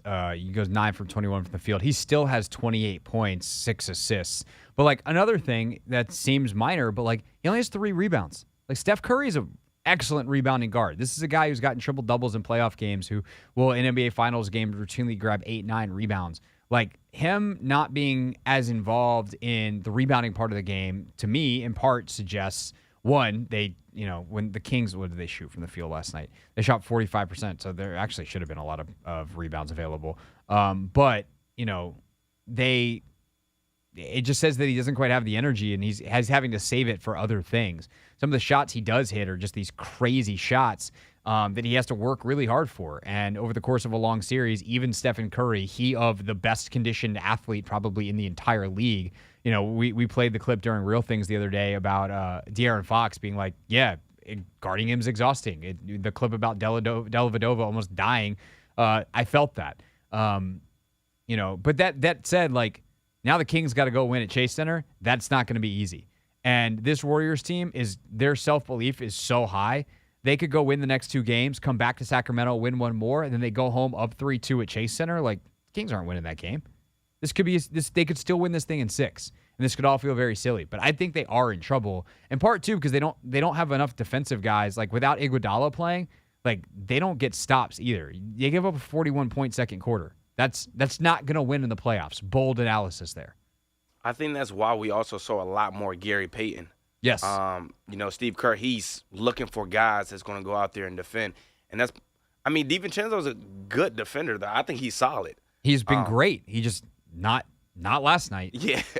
So, again, and that's what I hit on yesterday prior to the game. Just Golden State is going to have to be able to get stops. We know the Kings can put up points, but who's going to be able to get a stop? And ultimately, the Kings were able to do that. Yeah, they got enough. Ultimately, though, it's 0-2 game. Let's see. What do we got tonight? We got, I think the Cavs Knicks series is tonight. Yeah, Hawks, Celtics. That's the NBA TV game. Celtics by 1 million. Knicks, Cavs. Cavs looking to avoid going down 0-2 at home. And then Clippers, Suns tonight. I might, Anthony. No, you're not. Have to stay up and watch that game. No, you're not. I don't have to get up in the morning. Actually, I probably am going to get up in the morning. But I don't have to get up early in the morning. Oh, say it ain't so then. Hey, because I will be watching this game. I'm so mad, though, because the Warriors-Kings is the one I really, really want to watch. And the game 1 was game 2 was last night, and the next game is Thursday night. And the 2 mornings I have to get up really early are Tuesday and Friday. So no shot I can watch on Thursday. Also, I don't know who made the TV schedule. Why are the Clippers and Suns playing on Thursday and the Warriors and Kings? Like, those are arguably the 2 best series in the West. Oh, that's right, they are. I don't know. That's very silly. I don't like that. Terrible. At all. My watch just went off, meaning I just got a text. How much you want to bet? It's my wife saying, we are absolutely not staying up to watch a West Coast basketball game. I think probably 100%. Actually, no. It's just a promotional email from. Oh, there it is then. Oh, nope. It was her. Okay. Anthony is a gem. No, you're not. She knows. No, I'm not. All right, when we get back, take command. Logan Paulson, some interesting stories about his time as a player with the Commanders while Dan Snyder is at the controls of the team and what that meant for his family and comparing it to other places he played. And how can that information be useful to, Josh Harris, presumably, as he takes over the team and tries to make this a more friendly environment. Of course, Brian Davis and his apparent $7 billion are trying to change that. If you missed the announcement earlier, Brian Davis on with the Sports Junkies at 8 a.m. tomorrow morning. They will, as best as they can, vet out where his money is coming from and whether that bid is remotely viable after the extensive reporting on it over the last couple of days. Brian Davis tomorrow morning, 8 a.m. with the Sports Junkies. Coming up next, though, take command on a Tuesday here on The Hoffman Show.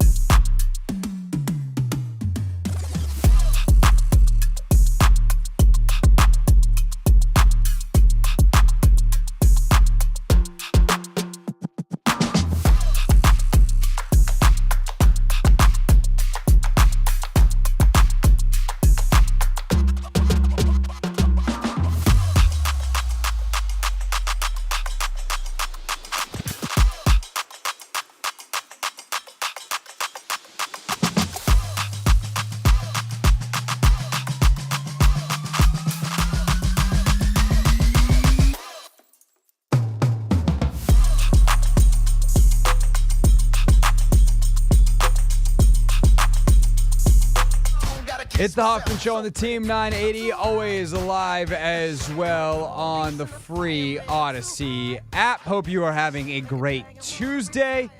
With you for one more hour, an hour that will include a visit from our good buddy Eric Edholm. Hasn't been on the show in a hot second, but always great to have Double E on talking NFL draft. Time, though, now for a Take Command Tuesday. We typically play a clip of the podcast that I do with Logan Paulson here for you on the radio. And today's clip is part of Logan's reaction to the Commanders being sold. And I asked him a couple of questions that got him going on some stories about what it was like to play in Washington under Dan Snyder, and also as a guy who played in other places.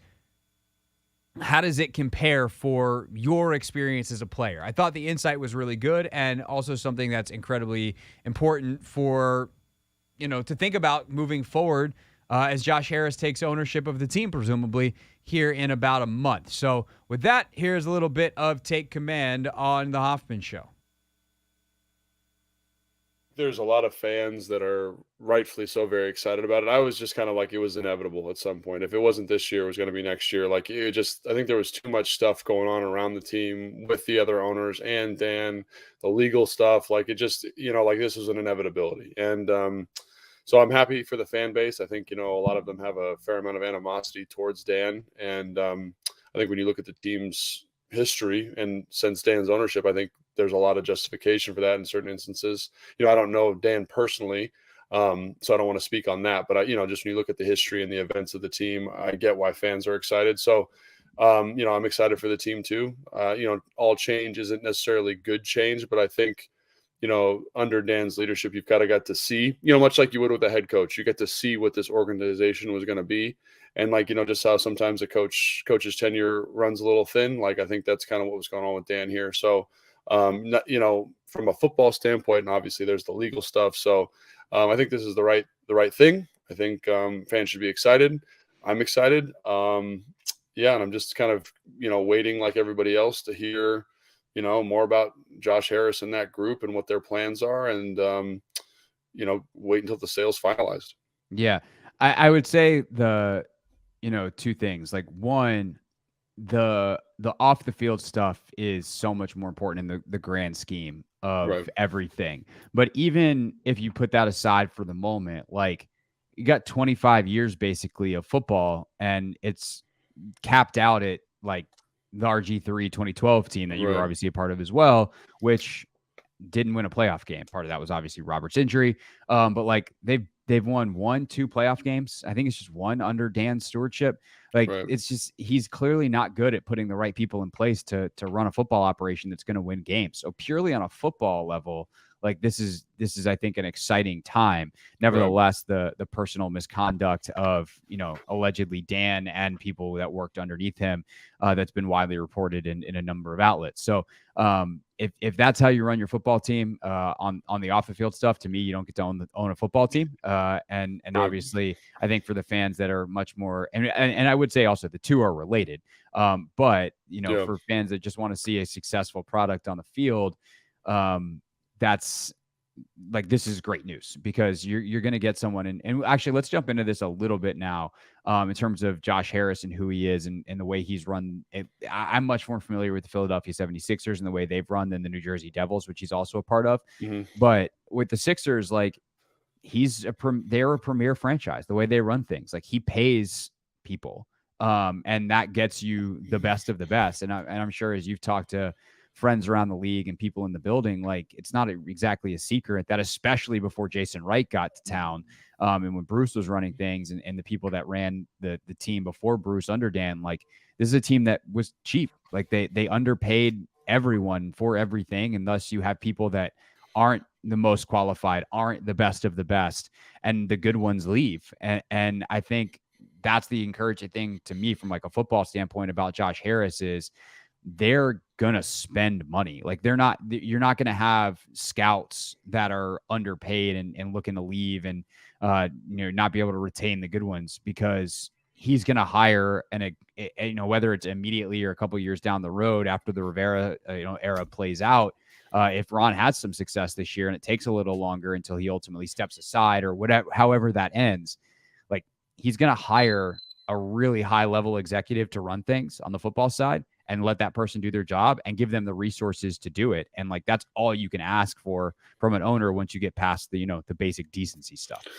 Yeah, and I think that's just like good leadership and good management, and I think like there's a history there of him doing that in a professional sports environment. I think that's encouraging. I think one of the things about Dan that was always a little bit flat for him was that he never seemed to kind of adopt whatever kind of business acumen and professionalism he had in his business sphere about getting good people around him, smart people around him. He always seemed to struggle with that on the football side of it. So, I think that those things, like a track record, a history of being able to identify talented people and then being willing to pay them. I think that's something, you mentioned that Dan has not always been willing to do. And I remember having a conversation with our equipment guy and, I said, they get in a conference every year and say, how much what's the standard going rate? And he was like, I'm the 34th highest paid equipment guy in the NFL when I was here in Washington. So that means there was an assistant that was making more than him at some spot, and he was the head guy here.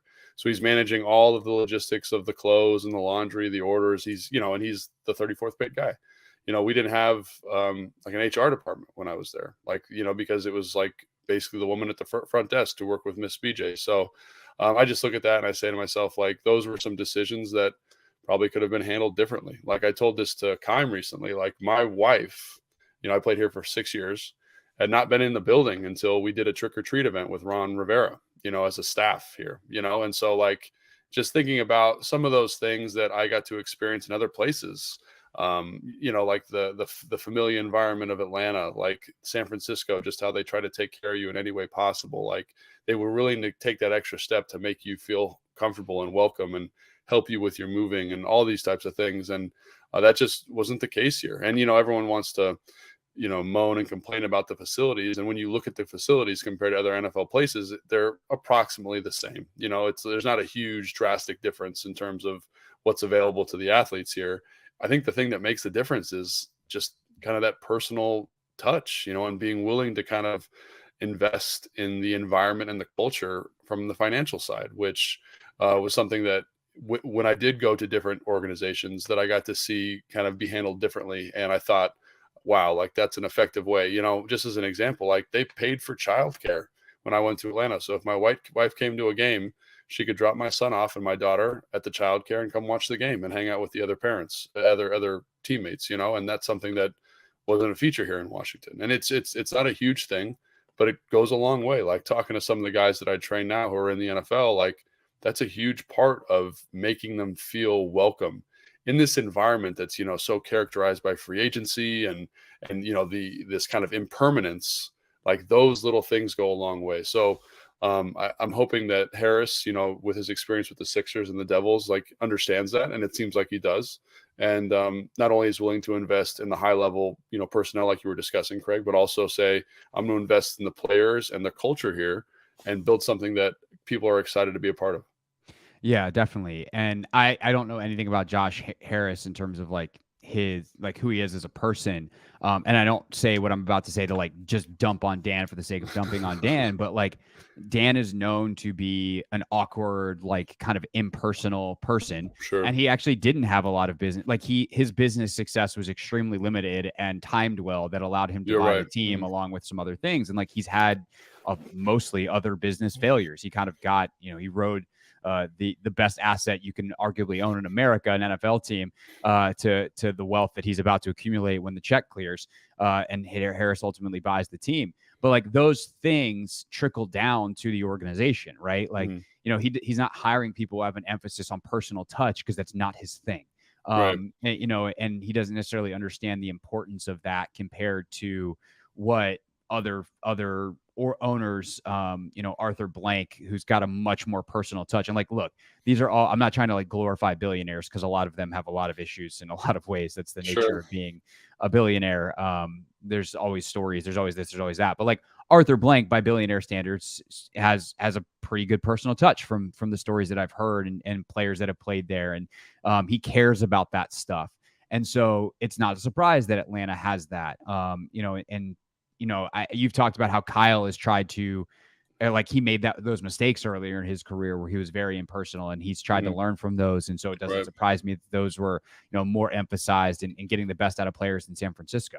Well, and also, like, I think it's just important. Like, one of the reasons Kyle took that job in San Fran is because the ownership there said, like, we are willing to be a first-class organization. We're willing to invest in the nice charter plane. We're willing to invest in the nice hotels, the childcare, the resources, the strength and conditioning, like whatever you need, whatever you feel we need, you and John Lynch, to get us to the next level, we're going to do it. And, talking to Kyle and listening to him talk about it since in some podcasts that he's done, like, I think that's something that he probably learned from here and his experience with his dad is like, is when his dad came in, that's what Dan said. And then obviously it didn't turn out that way. And so for that ownership support of the coach, of the GM, I think it is, like as a young player, I didn't see the significance of it, but the more I've been around other teams and seen more stuff, the more important it gets. So I do think that, like, that's a great example of a guy who in an organization that said, we invested in the right guy in Kyle,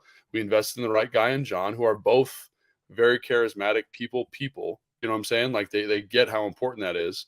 And they made an effort to make it better. So I think that is, you need the support of that ownership. And I'm not sure that always, another thing that I was just thinking about is, like, everyone talks about, oh, they botched the Sean Taylor thing. They did this. I got to meet the team that did the Sean Taylor thing.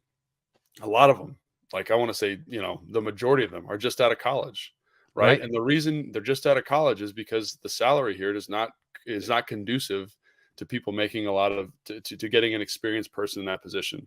So you can hem and haw as a fan and all you want. And, I feel bad for those kids, right? Because they are kids, they're 22, 23, 24 years old, managing a big presentation like that, but they don't have any experience. There's no one on the staff that's experienced enough. There's no one here that was a fan of the team that understands how important that is. So I think all that stuff it kind of goes back to just not understanding the value of people and the value of quality people. And whether or not he can identify that, I don't know, because I don't know Dan, but I do think that's something significant that it shows up constantly here in this organization. Totally. And I'll give, Ron and Jason some level of credit that they kind of came in and were like, hey, this ain't it. Like, we got to do better. And, Dan has always kind of picked his one guy, whether, it was Bruce for a decade, was the guy who was like Dan's guy, and Bruce got whatever he wanted, which was obviously a huge mistake. But like when Ron came in, it's like, okay, well, whatever Ron says goes. And so some of the stuff has gotten better the last couple of years. And now, I think like Fred always talks about how,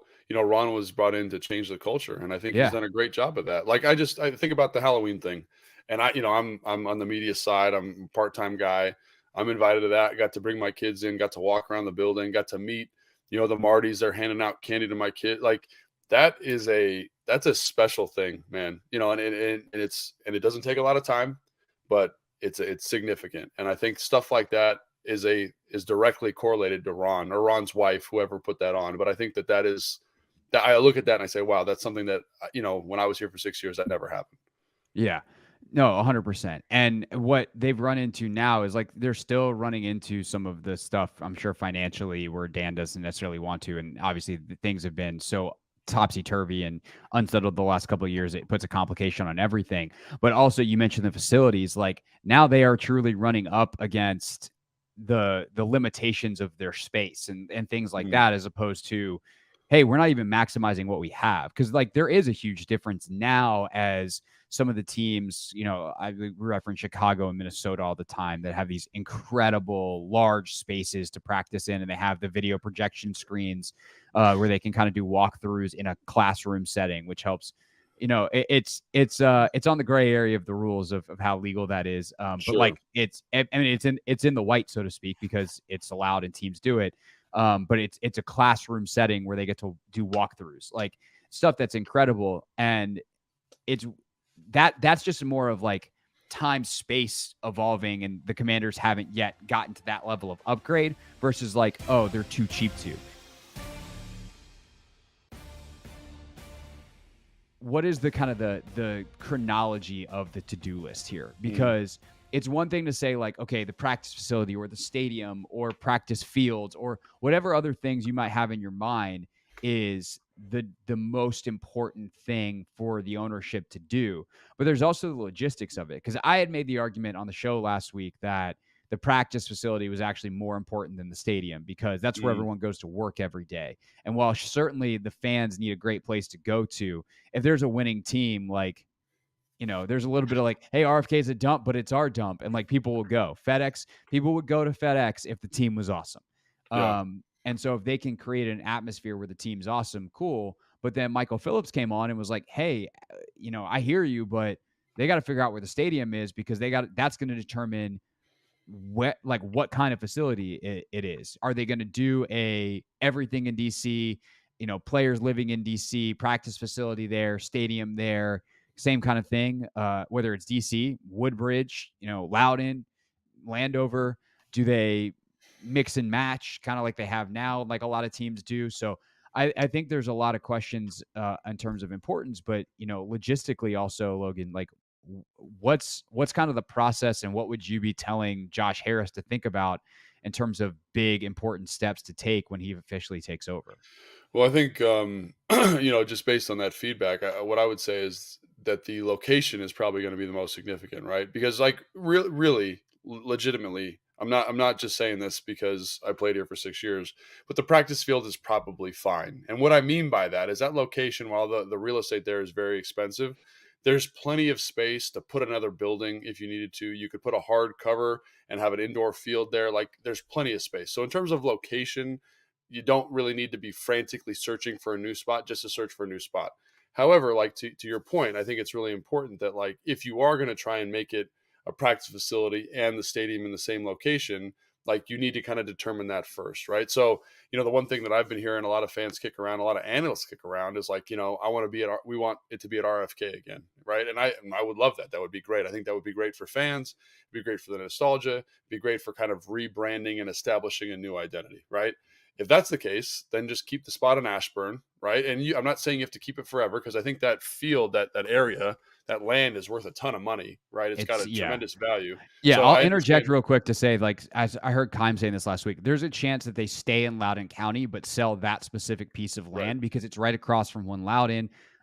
Like, there's a huge amount of tech there, and there's like fiber wiring and all this kind of stuff that's around. So like, that very specific plot of land could be sold for a buku of money that could help pay for the new practice facility somewhere, a couple miles away. That's still very close, convenient to, for players to live, et cetera, but allows for them to kind of start over on space, as opposed to that very specific, very, very, rich plot of land. Right. So I think that that's important to say. But let's say hypothetically they wanted to keep it. They do have enough space there to put in a new building. Everyone knows that gross turf field there. You could easily put a building there. There's a lot of stuff you can do there. But I do think that selling that spot is probably in the cards at some point, because I think it's worth like something insane, in terms of value. But so I think, like, first location and then identity for that new location. Because as much as Dan wanted, Commander's World to be his thing, like with shopping and all that stuff, like, I don't know if that's Harris's vision. And if that is the vision, then you got to find enough space to accommodate that, and you want a place where players want to live. I think that's the other thing, is all the other places that I played, Atlanta was far away from the stadium. Chicago was far away from the stadium. Houston and San Francisco were kind of in the practice facility and the stadium were in the same location. I think there's pros and cons to both. I personally kind of like living farther away from the stadium, because it kind of lets you have a house, and, it was suburbs. The real estate value was better, as opposed to being in the city where you're kind of, forced to live in a city environment. And that's preference. So, whatever he chooses to do, I'm sure the players will be fine with, just as long as the area isn't like a bad area, because I don't want to be raising my kids or sending them to a bad school or whatever. So I think that's what I would kind of just say. Look for a reasonable area that people want to live in, if that's what you want to do. And then, so once that's been determined, I think that's the first step. And then if you can get RFK, great. Then you can probably stay in Ashburn or Loudoun County, whatever you prefer. And I think you just kind of move from there. But I think that location element and finding the space to kind of fit your vision for the new stadium is going to be really important. And obviously that goes hand in hand with the RFK thing. Yeah, definitely. To me, RFK is the best site. Just geographically, it's at the center. It's fairly accessible. It's accessible by metro. Obviously, there's infrastructure in place from the fact that there's been a stadium there before. Like there's giant parking lots. There is the fields at RFK now. There's kind of that like rec area in the shadow of the stadium. I don't know if they would keep that, whether they would be like, oh, we need that space back from our parking lots. I don't know exactly how the logistics of that would go, but we're not engineers, we're not architects, right? But like there is space there, right? Yeah. Yeah, but what I can say is like the fact that there's a metro line right there, that's great for those of us that live in the district and could get there, and it also like helps with traffic, obviously, and all that kind of stuff. When you have, and I would assume they would go like a more of a 50,000 seat kind of thing as opposed to a 70,000-80,000 seat stadium. That's the way people are going now. Like, isn't the one in Las Vegas is kind of like that? It's like 60,000. Yeah, 50,000, I mean, like Seattle was the model for that, where it's like, wow, if we do 50 and we pack it out, like, and there's also some cool acoustic stuff in Seattle that makes it so specifically loud, like the way the stands are built and the sound bounces. Yeah, it's very cool, and you could obviously try to recreate some of that. But if 50,000 people don't have to drive to the game, then your traffic situation's a lot better. Like, it's still going to be messy. Right. But it's accessible from Maryland. It's accessible from Virginia. It's accessible from DC, as opposed to like if they build this thing in Dumfries, then, getting there is going to suck unless you live in Dumfries. Like, okay, cool. It's more convenient for the fans that live in Southern or Central Virginia to come up from Richmond. But like, you alienate your Maryland fan base. And also like, I think this is like the Washington team, and so I think you want it kind of centrally located. I mean, to that. I mean, you can talk about the specific of like Dumfries is the equivalent of what they have in San Francisco. Like it's like on the same area. It's like because Santa Clara is a solid 45 minutes south of San Francisco. I think it's more than that. It's San Jose is 45 minutes to an hour and a half, depending on traffic. Like it's a good little ways, and so if you live in Marin County now we're getting into Bay Area geography, but like if you live in Marin or Oakland, east or north of the city of San Francisco, like getting down to Santa Clara is awful. Yeah. And if there was a team that was in north of, San Francisco, like over time, you're probably leaking some of your fan base to that team. And so I will say, like when that stadium was built, I'm glad you brought that up because I had just gotten there maybe a year or two after. They were having a really hard time selling tickets to that stadium. Like they had just been pretty good, maybe 2 or 3 years prior. They'd moved the stadium. They thought everyone was going to kind of travel down with them. And they just didn't. Like the hardcore fans didn't come down there because they upped the seat prices and they wanted to make it feel like more of a corporate environment. And so again, like those are decisions that the Harris Group has got to make: is what kind of feel do you want the stadium to have? And so obviously, like that, I think that'll impact the location too. Do you want it near like kind of new money and have it kind of be a wine and cheese crowd as opposed to a beer and brats crowd? Because maybe then this Loudoun County Stadium idea isn't a bad idea. You make a small stadium, ticket prices are crazy. Businesses buy seats as kind of like, this is where we take clients for business meetings and stuff. And again, that's just a totally different small stadium. Ticket prices are crazy. Businesses buy seats as kind of like, this is where we take clients for business meetings and stuff.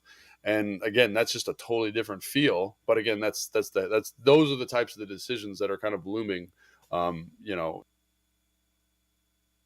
Want more from Craig and Logan? Subscribe now on the free Odyssey app or wherever you get your podcasts. More Hoffman Show next on the Team 980 and the free Odyssey app.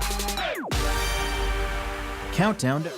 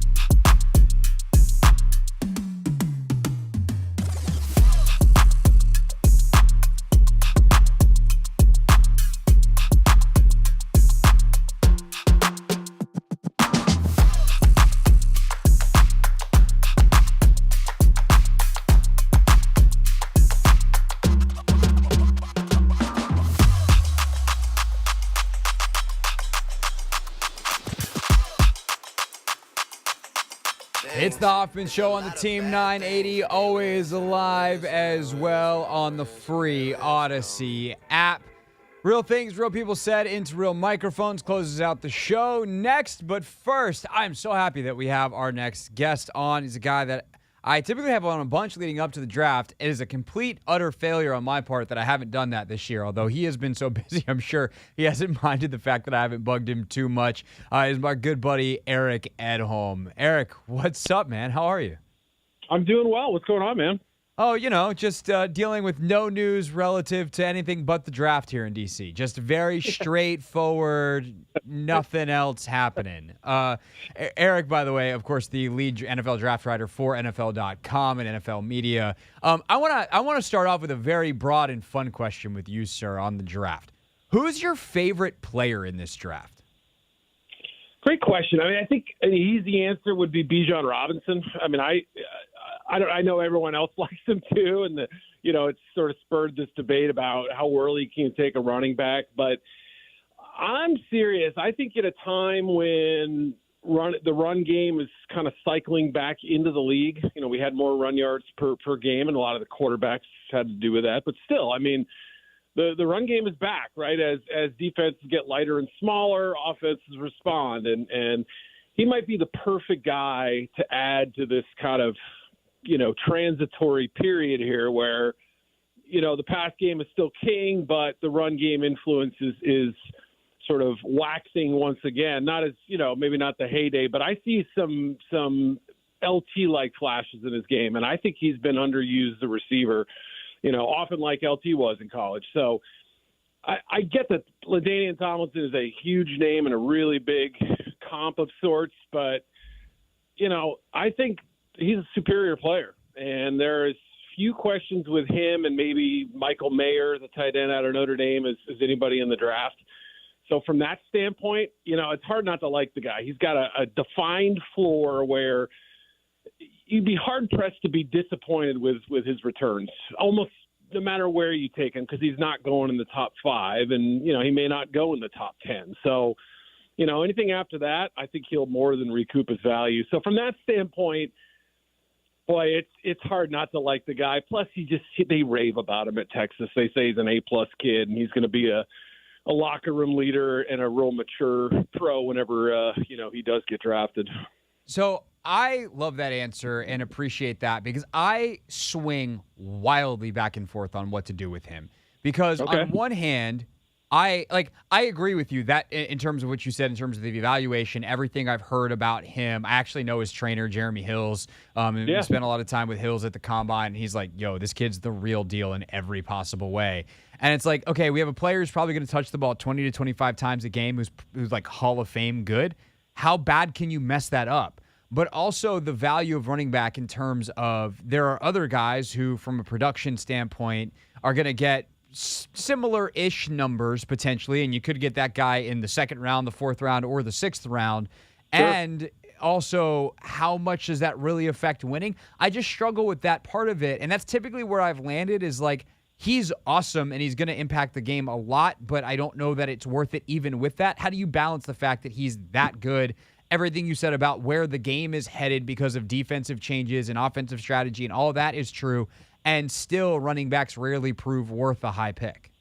Right. The analytics folks will tell you that running backs don't impact games on the same level that even wide receivers do, right? And so, there's a positional value hierarchy of sorts where, offensive tackles, pass rushers, corners, receivers, quarterbacks, obviously, they're all going to be ahead of running back, and you have to decide as a club where linebacker fits in, where safety fits in, and where running back ultimately fits in. It's going to depend on every single system, right? Is he going to be a perfect fit with every team, or is it going to be a luxury with some others? Of course. Yeah, I think, you could make the case that the Dallas Cowboys don't need to draft him, right? They have Tony Pollard. They can find a serviceable first and second guy down to add, whether it's through draft or afterward or what have you.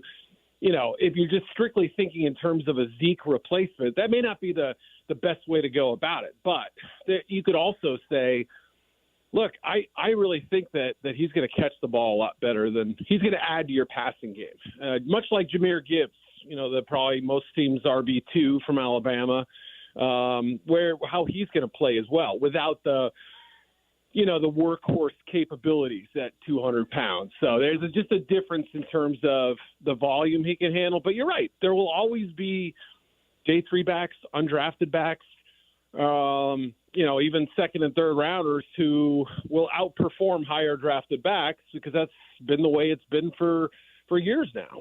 Yeah, but like you said, this kid's something else. He's so special. Yeah. He might be worth it anyway. Eric Edholm, NFL Media, with us, their lead draft analyst. All right, so that's your favorite player in the draft just to watch in general. Who is the guy that if you're the Commanders at 16, based off of what you've seen, from Jack Del Rio defensively, what you know about Eric Bieniemy and what he likes offensively, kind of where this team is, needs, scheme, etc. Who's the guy that realistically you really want to be on the board at 16 for if you're Washington? Yeah, I would say it probably would come down to one of the corners. I think would be an interesting debate, whether it's Joey Porter Jr. I don't know that he goes in the top 15, but he could. It's possible. Deonte Banks, obviously a local connection there. I don't think he goes before that, but New England at 14 is a team that could take a corner. Both of those guys make a lot of sense in my opinion. Both have man coverage ability, both very athletic. Porter a little bit more length, Banks a little bit more athletic. Wow to him, I would say. Some injury stuff and a lack of production, I think would has held some teams back from loving both of those guys. But yeah, I think those are two very fine options right there. Plus, it would be fun if the Commanders sniped Porter one pick before Steelers are on the clock. I think that would be a fun little storyline and very, very on the nose, right? Let the new owners kind of get an idea of what to expect, right? Yeah. the team that everybody wants to root against. Maybe that isn't the case anymore, but it would be obviously at that point you gotta do what's best for the team, and maybe offensive tackle if one of those top guys are still there. Darnell Wright's gotten a lot of love. I thought he was a second rounder when I watched him during the season. The more that I've talked to people about him and, kind of talking me through why they see him as potentially a late first rounder, even if he has second round grades. That's somebody who I could see being in play, or one of the other, top three guys like Skoronski or Paris Johnson or Broderick Jones. Definitely. Anton Harrison, Darnell Wright, those are the two guys that I think that not enough people are putting in the first round. Although now Wright's being mocked in the top 10 in a lot of mocks. So, geez. Yeah, I saw. Okay. I think Kuiper had him at 9 to Chicago. And it's like, yeah, they really like him right tackle. Like, okay. If you want, go right ahead. Yeah. Eric Edholm, our guest here on the Team 980.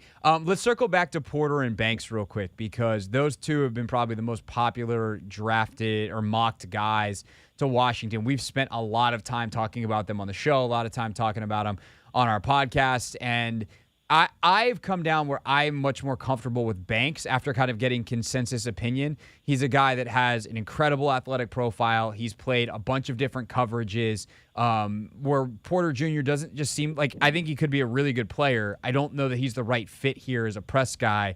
How flexible and how fungible do you think Joey Porter Jr. is as a guy who could go into a system that's not a heavy press man system or a heavy press system in general, does a lot more, playing from depth, those kinds of things that Banks has done more of in college? Yeah, the off coverage is always something that gives you a pretty good idea of how much, they can handle at the next level, or whether they're going to be pegged as zone guys. Some guys are really natural at it, some aren't, and obviously the questions with him were, I would say coverage versatility was probably one of them coming into last season. Playmaking ability, had, I think, one career interception, or maybe none coming into the year. I forget exactly, but it was a low number. Even the passes defended total was low. And then the penalties, too. Those are probably the three biggest questions that I think scouts had on him coming into the year. Answered a lot of them early in the season and then wasn't tested much again. So it's really hard to get a great feel for, how he's going to match up with, those shifty receivers who can break off a slant and he can't close fast enough, or somebody who might be a little more susceptible to double moves, things like that. So yeah, those are obviously, concerns, but I wouldn't say they're anything that isn't teachable. But I hear you from that standpoint. If you're down to splitting hairs at that point, you have two prospects who athletically are similar, production-wise, I think are fairly comparable, size-wise, everything relatively in the same ballpark. Then you can start saying, okay, who do we like better in Jack's system? Who do we think is, and again, I mean, we don't even know the future of this front office. I mean, obviously they're going to make decisions for this team this year, but this could all get blown up. And even if whoever they take, whether it's a corner or somebody else, may be promising in their eyes, and then a year from now, if it's a different staff, that all gets thrown under the rug. So, landing spot is important and fit is important. What looks good year one may not be the case in year two, like we've seen so many times in the past. Yeah, that's definitely true. And, you mentioned the Steelers thing. Hilariously, if they do poach Porter Jr. one pick before the Steelers, which obviously is the legacy play with Joey Porter Sr. having played there for so long, the ownership change wouldn't have been official yet because that's not going to be done till May. Josh Harris is currently a minority owner in the Steelers. So that would be funny. Extra comedy layers there. Much appreciated on that. All right, last thing for you on the way out. How many quarterbacks do you think wind up going in the first round? I'm at the point where I think it's going to be 5. I think Hooker's getting taken somewhere in the first round. There's just too much smoke there. How many do you think, and how many do you think should go? All right, for good radio purposes, I'll say 4, and I say I don't think that Hooker is going to go in round 1. You contrarian! How dare you? I know, right? Exactly. I got my debate class, flashbacks from years ago. I mean. I think it's possible, especially for a team that is in the quarterback market and did not get one in those top 4 and sits there and gets a little panicky and a little jittery. I think the reasons against it are you love getting the 5th-year option for a quarterback in most circumstances, but does it matter as much for a 25-year-old quarterback who may be closer to his peak than rather being on the upside? That's a question you have to ask yourself, I think. Does it matter? Do we need to get him in round 1? Do we have a feeling that somebody else is going to snipe him? Those are all questions, too. The ACL injury, he says he'll be ready by camp. You can't even technically count on him to be your number 2 to start the year, assuming that, there's only so much you can pick up while you're in camp. And the physical reps and all that stuff. I don't know how much playing time he'll get in the preseason. Maybe some, depending on his health. And then there's also the translation from the Josh Heupel offense, which, you look back. I mean, Sam Bradford's probably the best quarterback to come out of that system and to play for Josh. And otherwise you're looking at the Drew Locks of the world, and it's been a real mixed bag at quarterback. So there is a stigma against what they run there, which is often horizontal screens and vertical deep shots. I mean, it can be a little bit simplistic, even if it's much more than that. So there will be some hurdles for him, but his mental makeup, his character, his athleticism, he's got all the traits. I think it just may take a while.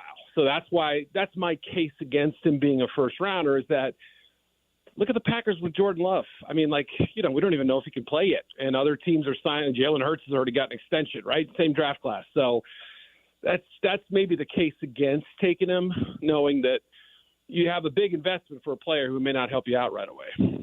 Yeah, I agree with you on the evaluation. The idea of taking a 25-year-old coming off an ACL who already, he should have had great success in college because he was playing against children, and he was 25. I'm not super psyched about that. It just seems like a lot of people in the profession are, and they get to make draft picks, and I don't. Eric Edholm, he doesn't make picks. He does make great analysis. Always great to have you. Hopefully we can do something again after the draft. Yeah. Eric, always great stuff, man. Anything in particular that you've written recently that you're particularly proud of that you want to shout out real quick? Just knocked out my top 100 last week, and I've got a feature coming up on Jahmyr Gibbs, very interesting kid, and my final mock, I think, drops on Monday. So, yeah, we're hitting the home stretch here, man. Love it. Love it. It's next Thursday, unbelievably. Eric Edholm, everybody, NFL Network. Great to talk, man. See you soon. Thanks. See you, dude. All right. Again, NFL.com is where you can get his stuff. He's so good. Anthony, honestly, I'm so mad at myself that we haven't had him on every other week for the last 2 months. What That's next year when, presuming they haven't shot us into into space by then. Note as of like January, start having Ed Home on every other week. Noted. All right, excellent. Good producing. When we get back here on the Team 980, real things, real people said into real microphones. First, a quick look at what's trending. Here's what's trending on the Team 980.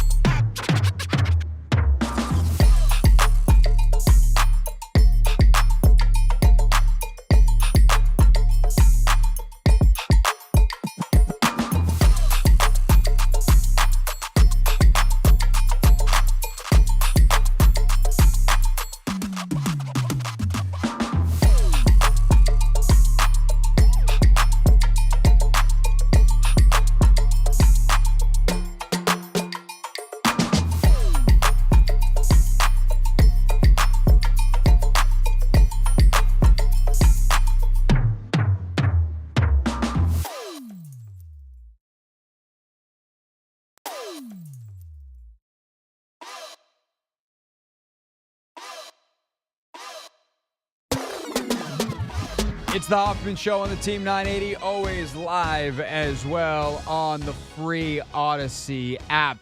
Oh, God, we got to really hurry if I want to get this in today. So it's time for... Real things. We're not going to be sucked this year. Real people. 5-11, not very good. Set into real microphones. You know, the culture is actually damn good. Okay, so I promised this one yesterday. Set this up as quick as I can.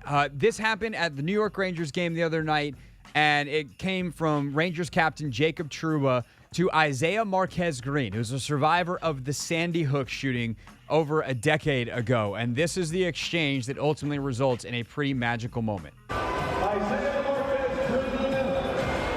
And how are you? Nice to meet you. What's your name? Isaiah. Nice to meet you. I've been a fan of you since Winnipeg. I used to love it. Did you? Yeah. How long? 3 years. When did you live there? From when I was 5 to when I was 8. It's all you. Thank you so much. You want me to sign it? Yeah, of course. You want to come over the bench with me? They meander over to the bench. This is amazing. Take a seat. All right. I got to talk to you. All right. I know your story. Yeah. I feel for you. You're an amazing human. Thank you. What do you want to do? You know? I want to be able to win. Yeah? This is for you. From the Garden of Dreams. Yes. It's a scholarship for law school. So you're going to graduate from college, and you're going to go to law school, and you're going to have no debt coming out of school. Thank you so much. You deserve it, man. Thank you so much. Congrats. Your phone? Yeah. I'm going to give you my number. No way. You're not going to give it to anybody else, but I want an invitation to when you graduate law school. Sure. And I'm going to check in with you when you go to college next year. I'll text you. You're amazing, buddy. I'm looking forward to what you accomplish in life. Thank you so much. Got a lot ahead of you. Hey, great game tonight. Good luck in the playoffs. Amazing person. Thank you. Incredible. That's our show. See you tomorrow. The Kevin Sheehan Show. Now weekdays from 10 to 1. What does the team have to do in 2023 for...